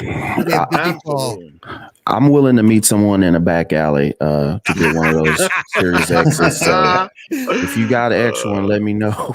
Hey, we got the original. Sanitize you for an Xbox. There you go. Yeah, we hopefully he gets one here real soon, guys. Like I said, we got an amazing panel here. We're not going to keep the show running too much longer. We're almost at the 2-hour point already. The rest of our shows will be a little more structured per se, but I just wanted to give everybody a little bit of a chance to meet our panel, get to know a little bit about them, their backgrounds, and so on and so forth. Shout out to the original Next Level Gaming. Mr. Mike Mullis is in the house. What's going on, Mike? And we got Moggs E here, a couple of old supporters right there. What is going on? I'm going to make sure I add those guys to the list that I'm adding. You're all like, what is this list Noof is talking about? I guess, well, what we're excited for, I guess, moving forward and rest of the year, games that are coming up soon. I know a lot of excitement building right now for Resident Evil 8. The Mass Effect remastered trilogy is coming out right around the corner here. I know I can't wait for that.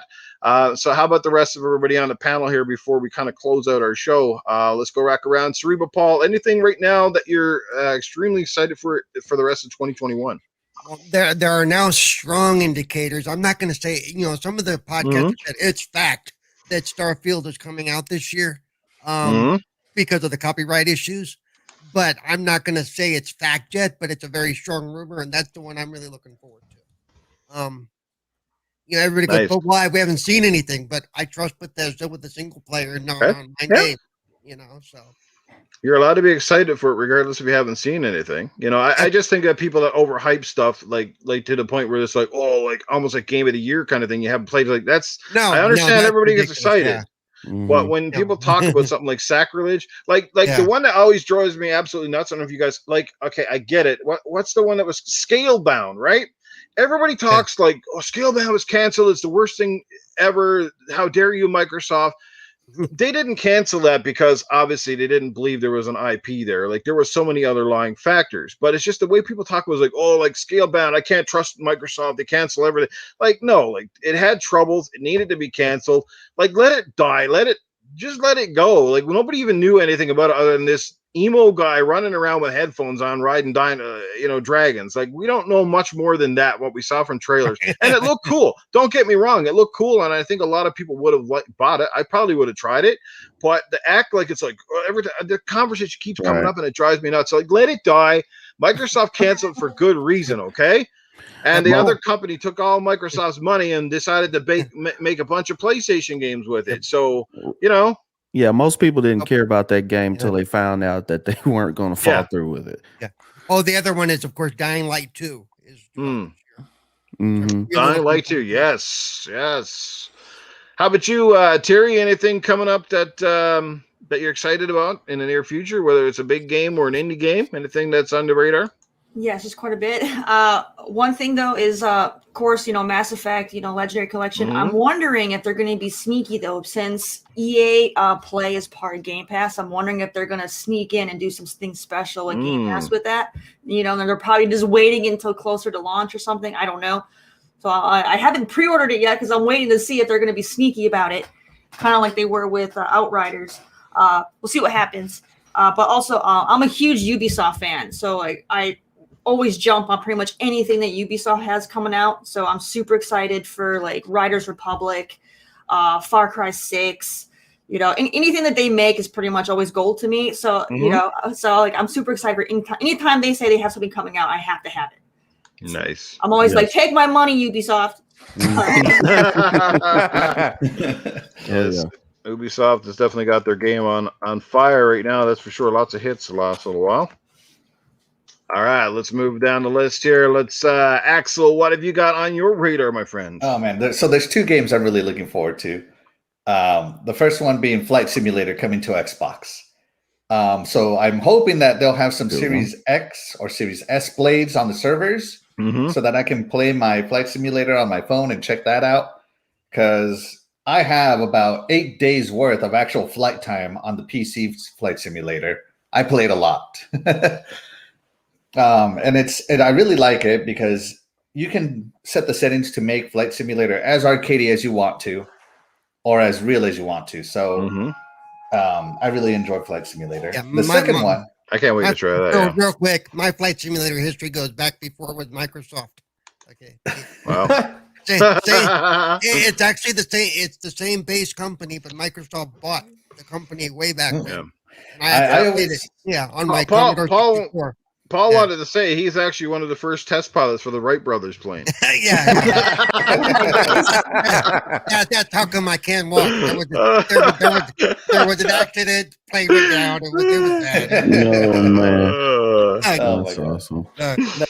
So yeah, I'm really looking forward to it because it has control inputs right now. So I really want to see how it runs on mobile. The other game, I don't know if anybody's into Tales games. But Tales of Arise looks so good compared to the last Tales games. The gameplay looks different if you've looked into it. It's really good how it works, and I'm really looking forward to that Tales of Arise as soon as I can. If there's a collector's edition, I'm probably going to get it. I haven't looked into it for a while because they haven't announced anything for a while, but. Well, as soon as I saw that trailer in 2019, I believe, I was all in.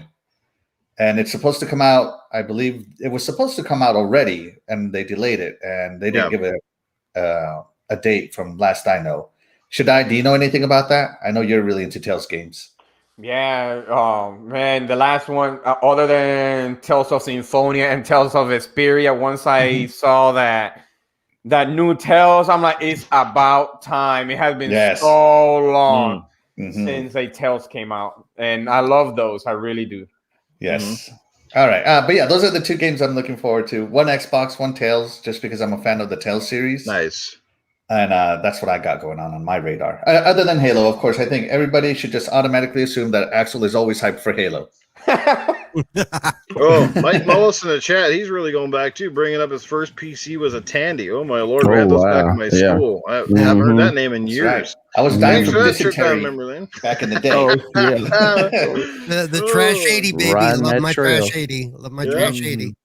Oh wow, I love these conversations. Great stuff. Yeah, 65 people at one point watching this amazing podcast, guys. First thing in the morning. Like I said, don't judge us too quickly because our podcast, this is just an introductory show, no more, no less, no big topics, no none of that older BS. So, all right, Shadai, you're up next, brother. What are you excited for?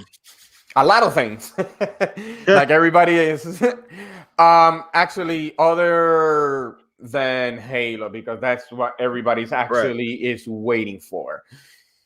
I am actually looking for 3, if I'm not mistaken. Yeah, 3. One, depending on the indie who makes it, and I'm more like, okay, if it looks good, like everybody else, is Tunic. I'm oh yeah, that looks Tunic. great. Right, and I'm like, wow. When I saw the gameplay, it reminded me of, for some reason, even though it's 2 different things, but for some reason, it reminded me of Zelda the Minish Cap. I'm like, for some reason, and I'm like, I want to play it a little bit different, but it had the same concept of that one. The other one will be Everwild. Because I don't have the game, even though it actually is calling me out, like saying, please buy me. And that will be that Phoenix Rising or Immortals. I guess I get confused. But once I saw Everwild, it for everybody, it reminds me of Breath of the Wild. And the last one will be Hellblade 2.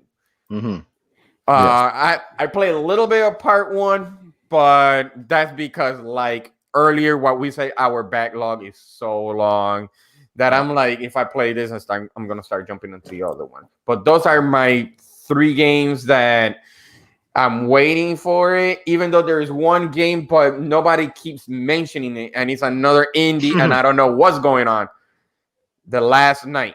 Yes, where is I'm it? waiting on that too. Where is it? I'm waiting on that too. What is up with that? I can't hear anything about this game. Where is it?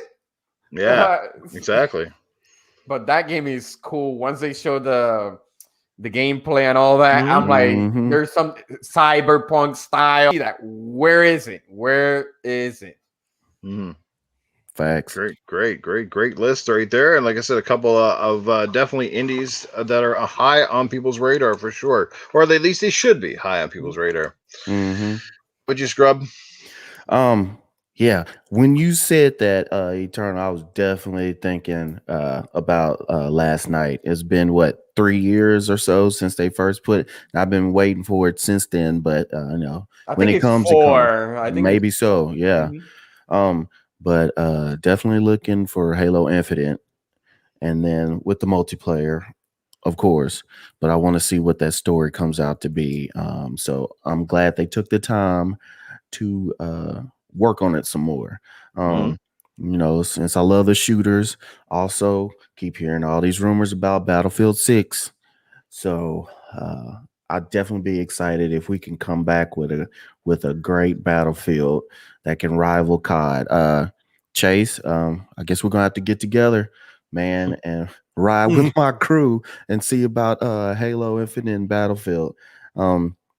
I usually get COD every year, but if there's a good Battlefield, if there's a good Halo, COD might have to sit on the side for a little while. COD's on my low list now because of all the patches, and they're all gigantic. Oh my goodness! I keep complaining about it, but I always download it. So, I know, man. the COD pre-order bonuses are soon going to be hard drives. Like, what the heck? Thanks for buying COD. Here's a 1 terabyte hard drive. Yeah. Like, Yeah. Pre-installed. Yeah, But it needs an update. yeah. Now we know why Nintendo's reluctant to put a COD on Switch. They're like, oh boy. Yeah. They don't make memory cards that big yet. Come on. Because before I was even playing COD, I was playing Medal of Honor. So so I'm definitely excited about that. I've been looking at Scorn. Would it be a game that I'd sit and maybe play all the way through and shun everything else? I don't know, but Scorn looks awesome. It looks awesome, so and cool. I want to see what's going on with that game. And Hellblade 2. Yeah. Everything I've seen looks so great. I mean, you played the first one. The first one looked great, and whether you finished it or not, with all the puzzles and stuff, it had to get you even more hyped when you saw the second one come out with the trailers and everything when they dropped that during the Game Awards. So those are my 6 or 7 games I'm looking forward to. But if I don't play anything else, it's going to be Halo Infinite. It's going to be Battlefield. Nice. And Hellblade 2. And one keeps getting mentioned in chat that I almost forgot, Biomutant. I'm actually that looks good. It does indeed. It does. Or Battlefield or Battlefield Bad Company 3. Where is it? Yes. Bad Companies. Yeah. Yes. Yeah. Yeah, there's so many good games that are still winning, like the new Splinter Cell. Please and thank you, Ubisoft. Come on already. You've had 7 Dark. When you haven't even had one Splinter Cell game during the entire Xbox One PS4 generation, there's something dearly wrong with that picture. When you've had how many Assassin's Creed? Nothing against Assassin's Creed, but when you've had how many Assassin's Creed games and not one Sam Fisher game? Come on. I know. And right now, Sam Fisher would sell titles. I mean, it could be. Yeah, they're money chasing. It could be Sam Fisher sits on a toilet. We'd still buy that crap. Just to hear him light up that night vision. He's having a stealth poop. I dropped it in and nobody heard it. Nobody smelled it. Nobody heard it. Stealth That's poop. right. Yeah, that's it. All right, awesome stuff. What? Dragon Wolf, hey, Nuke, thanks for ruining Star Wars music last night. Oh, yeah. Did anybody catch that last night? It was hilarious. We were playing Battlefront 2 last night, and I said something about, was it you need the Imperial March music coming on? And they were singing, dun, dun, dun, dropping turds, dropping turds, dun, dun, dropping turds. And everybody started singing it in the party, and it was hilarious. Oh my God, too funny. Wow. Anyway, for me, it's like, obviously, yes, I hate to be cliche here or bring up the same old, but yes, it is Halo Infinite, and why not? I'm even more intrigued now that they kind of took it back to the drawing board a little bit and bring it out in November. So much riding on this game too. That is the thing. It's not just a big game in general, but it's a huge game for Xbox and for Microsoft moving forward because it's their flagship title. It's the title that's most identifiable with the brand. It was supposed to be a Series X show and Series S showcase, which, oh, my cat's on my keyboard. Get down, boss. All right. And, and we obviously didn't see it, which really sucked. But I have faith with Joseph Staten back in charge or sort of kind of running things. And based on the pictures we've seen, it definitely looks like they're heading in the right direction here. So very excited for that. I would love to say Hellblade 2, and yes, I'm excited for it, but I'm trying to leave games off my list that I have no release dates for because I don't like to get too excited for things that could be still a year or 2 years away, and I don't think Hellblade's coming this year, perhaps next year for sure. I'd be shocked. Maybe it is. Hopefully Microsoft's got some big announcements to drop on us at the sort of the E3 showcase here. Yep. I was going to say E3 is coming up. We're gonna learn a lot of stuff. We're going to have some big shows that week too. We might not extend our time here for that. So, hey, Graphic God is in the house. Let's go. Woohoo. Episode 1. Speaking of Graphic God, he made the amazing Good Morning Xbox graphic. So she's excited as a matter of fact. Very excited for the new my YouTube or am I gone? Yeah. That's it. That's their I'm welcoming them back in modern. So can you at least hear the audio or we're off? We have no podcast. I think we're back. Are we back? We're back now, it looks like. It's gone. Wow. That's great. Oh no. Here. Yeah, I'm seeing our faces again now, but it's got about a 5-second delay. I got it back. Yeah, Yeah. tech issues, guys. Are we back? Can you hear us? Can you see us? Anybody in the chat? Give me a big yes, just so we know. Otherwise, I'm just wasting my breath talking to the air outside these guys, obviously. But I want to finish the show because I got some important stuff to close out with, and we got to do our outros. Right. I don't see anything in the chat. No, it's no, I don't either because and the circle's Yeah, still spinning. it came back, but now it's Oh. buffering again. Yeah, I'm Lord. getting Oh, now we're back. You might be back now. All right. Can you hear us, guys? Anybody in the chat? We're having some Pure technical Flat issues. Monkey can hear us very good because Okay. he's very consistent, or she. All right. Be I back. think it's Yes, back yes. up Refresh now. your pages, guys. Hopefully Refresh. we're back. You probably didn't get to catch the last part that I said, but I'm excited about a Ratchet and Clank, a Rift Apart. It looks amazing. And also excited for Horizon Forbidden West up into Halo and Battlefield 6. Hopefully it's going to be an amazing game. What's going on, Kate7575? We got a few new people here. I got to add those to my list. And speaking of the list, I'm going to tell you exactly what that's all about here as soon as I copy and paste these names over to my list here. So just give me 1 second. Yeah, so lots of great games going. And we're going to hopefully cover the gauntlet of all of this stuff here over the next little while. Like I said, whether it be an indie game, a smaller title, all that stuff, just trying to catch up with this chat here before they go scroll on by. I'm sure get everybody. We're back. Everybody's here. Good. Okay, got to get Kate in here. All right, got her. Copy that one. Yeah, this has been a lot of fun this morning. That really kind of threw us out of the rhythm, but okay, it happens. It's YouTube. It's not unfamiliar. Hopefully it just doesn't constantly happen during a show. We can see, I got one more person to copy here. Okay, perfect. 1 second here, guys. Stop it, chat. You're scrolling too fast. I hate to do this on RDX. Holy mackerel. No, I have no clue how they pull that off. That's insane, man. That's like some TV shows are lucky to get that. You know what I mean? Right. Unbelievable. That's cool. Well, good on those guys. All right. All right, here we go. So anyway, yeah, sorry about that, guys. All right, we're good here now.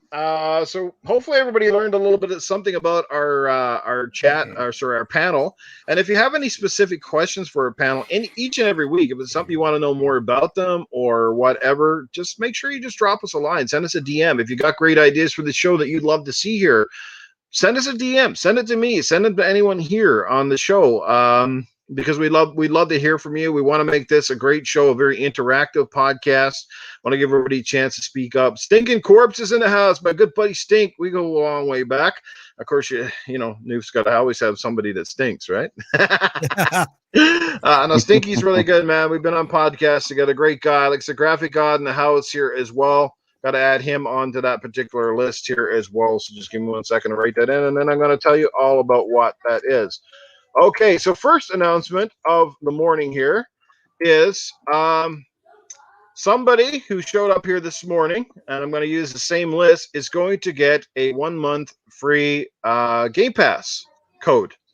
So I'm going to do a draw on that after the show is over. I'm going to add all of these names, and somebody's going to win a 1 month Game Pass subscription.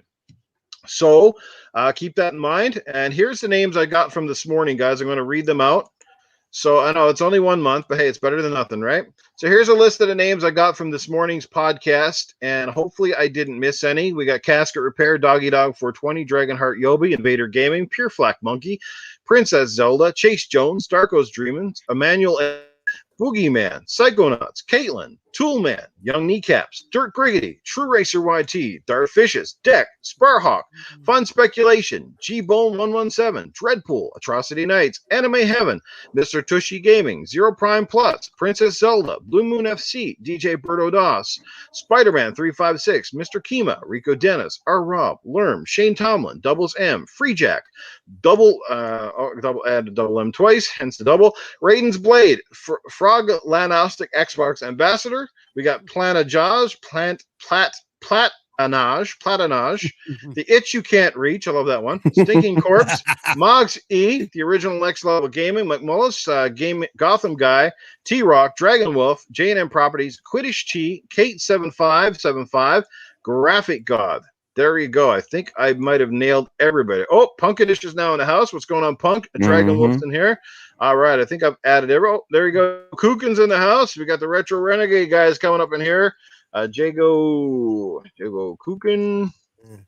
And who else did I just miss here? T-Rock 40. T-Rock. Punkadish. I think I got Punkadish, but I would. Yeah, I thought so. Yeah. Okay, yeah. All right. Got her all listed here, guys. All right. Cutting it off here. Mog Z, got everybody here. Zero Cool, got you in there as well, Zero. So, all right. You forgot Axel 1324. He's also in the chat. Yeah, and Scrub Nurse. I really think Scrub Nurse would be a good person to get that. All right, so we're going to be giving away, like I said, 1 month Game Pass. Obviously, we'll do the draw for that next week on next week's podcast. Plus, everybody who showed up here this morning, Jago6 just squeaked into time. You got to be here before we close the show. So, Jago6, I got to add you to the list. And everybody that's here this morning, because you guys came out without any type of, forcing you to be here, I'm also going to give away a game on behalf of myself and the panel. So a game of your choice. Awesome. So I'm going to add everybody to a list, one for the 1 month Game Pass and one for a free game. And I got you, Zero Cool. Don't worry, I got everybody in here. So that's what's going to happen. 1 month, yep. And like I said, a free game. So we're going to do the draws for next week. The game will be a game of your choice. And basically, I'll try to get you a game code and send it to you. I think if I buy the game code at a store, I think those are transferable in other countries. Unlike, mostly I've been buying them physical because that way I can just send them to everybody. But after the last postage disaster I had, I don't really care to be posting physical games, and not everybody has disc drives anymore. So that's what I'm planning to do. So surprise panel and surprise announcements. That's our big way of saying thank you guys for showing up and being part of our very special inaugural show. I guess officially our podcast will kick off next week. This was just an introductory, no topics, no, none of that stuff. So here we go. Crash Override. Was Crash Override in here? I don't know. I got you, Zero Prime. I got you in here. I know I got you on the list, and Princess Zelda, you're on the list. Everybody's here. So Doggy Dog 420, he's on the list. Yeah, so there you go, guys. That is it for the show. Let's let the outros as we head over 2 hour mark, and we're going to go in reverse order now for the outros, and we're going to start with Mr. Scrubs. Bro, obviously, just let people know what you got going on or where they can check you out. If you're not on a YouTube channel and none of that stuff, just let people know where they can check you out on Xbox Live or PlayStation or wherever it is, but people need to follow you, bro. Okay. You can follow me on Twitter at ScrubNurse3 because obviously 2 other people beat me to that first. So you can find me there on Twitter. That'll be ScrubNurse with the number 3 behind it. Also, my gamer tag is going to be ScrubNurse, 2 words with a space in it. And also, I'll stream on Twitch. I'll be adding in a camera now, and it'll be Scrub_nurse.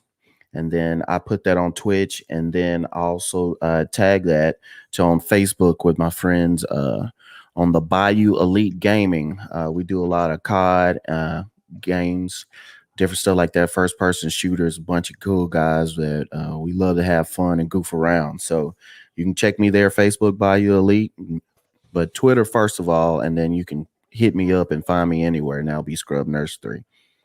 That's it for right now. More to come. Absolutely more to come. A lot more from this panel. Trust me.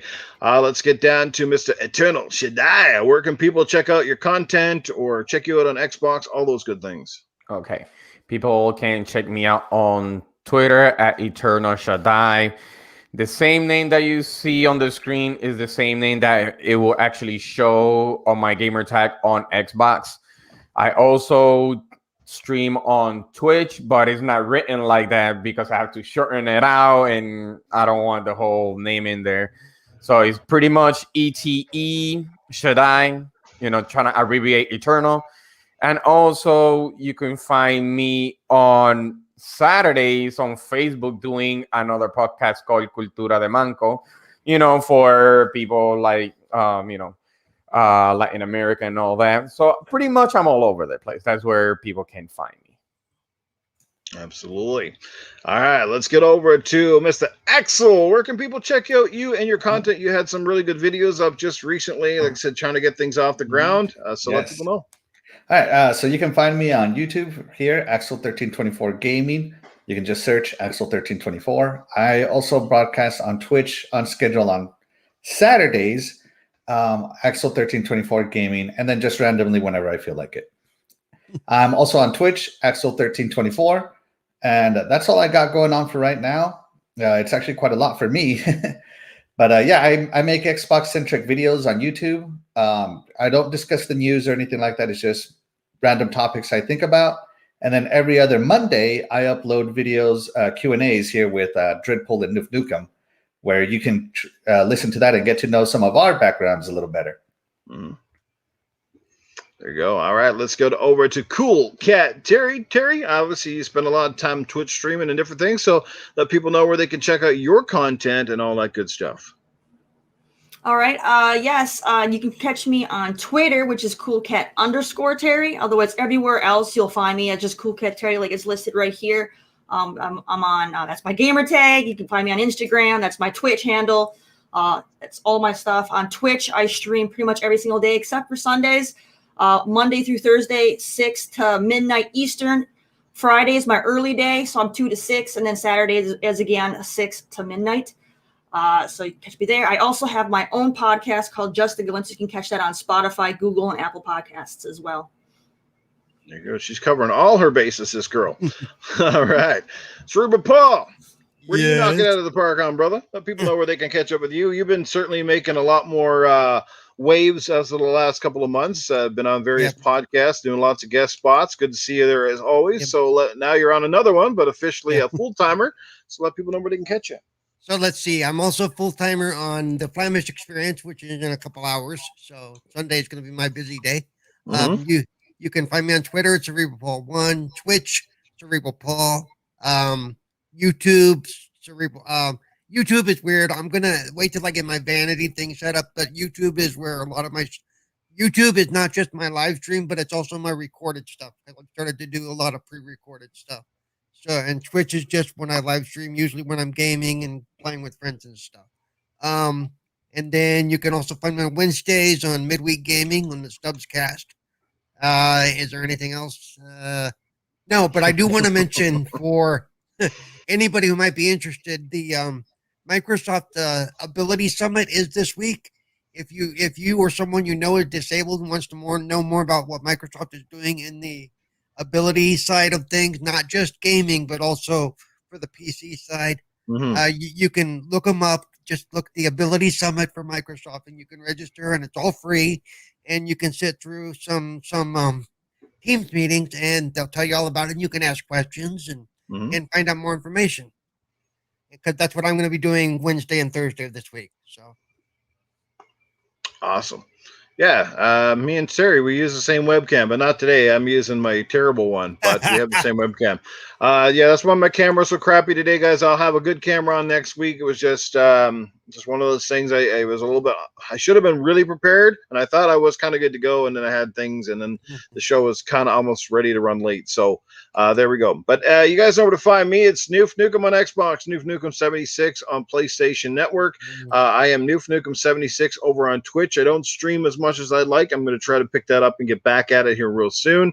But we thank you all for the support. We want to thank each and every one of you guys come out to the chat this morning. We had an amazing crowd, even better than I kind of anticipated for our first ever show, especially being very, very early. You can always catch this show on the replay as well. And don't forget, like I said, next week's show, I'm going to be doing a draw. If you weren't a part of the live chat today, you will not be in that draw. Everybody that is here, though, will get entered, and we're going to do a draw for the 1 month Game Pass and a free game of your choice. So that's how we're going to roll, and there'll be a lot more giveaways and a whole lot of stuff to come over the next little while as we look to improve and certainly bring forward a really good product for you guys. We hope you enjoyed this show. Yes, it's definitely a deviation from Gaming After Dark, but we want to make this show very welcoming and obviously open to people of all different ages and that sort of stuff. And I think hopefully we hit the spot for you guys today. I love this panel. We've got, like I said, we definitely nailed the diversity aspect of things here. We got great backgrounds, different age groups, the whole 9 yards, man. I think it's great. And yeah, I'll probably do the same. Pure Flack. I'm going to catch some rest. But yeah, we got everything here, a little bit of everything, and we got some great segments coming up for you, and hopefully in the future as well, we'll expand and get some great guests on here. And if you also, like Cerebral Paul was mentioned about accessibility, if you know someone that's got a great gaming story, somebody who does things differently, much like Paul, would love to hear those stories because I think they're fascinating, they're very unique. So yeah, if you have any great stories you want to bring up, but someone that is challenged when they're playing games, let us know. But that is it for the show. Unless anybody else from the panel has anything further to say, my cat says hello and goodbye, and I gotta go see what damage just got done now. Yeah, that's our cue. Oh yeah, that's it. That we bell hope you means like the what you show said. is over. Yes. And we Oh, appreciate yeah. your feedback. Honest, be honest with us. We can't get better if you're not honest. So send it to me in a DM. Just let us know what you like. Well, obviously it's kind of hard today because this wasn't really, like I said, our official show. But keep us in the loop. Let us know what you're enjoying, or the things you would look forward to at least in the future that would make us stand out a little bit more unique and something worth getting up for on a Sunday morning or wherever it might be in your time zone. But anyway, thanks, Dragon Wolf. His Sunday's just got a whole lot better. Yeah. And it seems like we got a love for this show already. That's great. And that's our cue to go. Yes, we're going to get out of here. Thank you all. Thanks, Paul. Thanks, Terry. Thanks, everybody. Axel. Thanks, Shadai. Thank thanks, you, everybody, for Scrubs. showing up. No problem. Thank Appreciate you it. all so very Appreciate much. it. Yep. We'll Thank you, see everybody. you all next Great Sunday, show. same time, same place. Can't wait. We'll have the link up and we'll do the links up for the show on the replay. So share it out and spread the love. And we'll see you all next week. Take care and thanks for being part of the inaugural episode of Good Morning Xbox.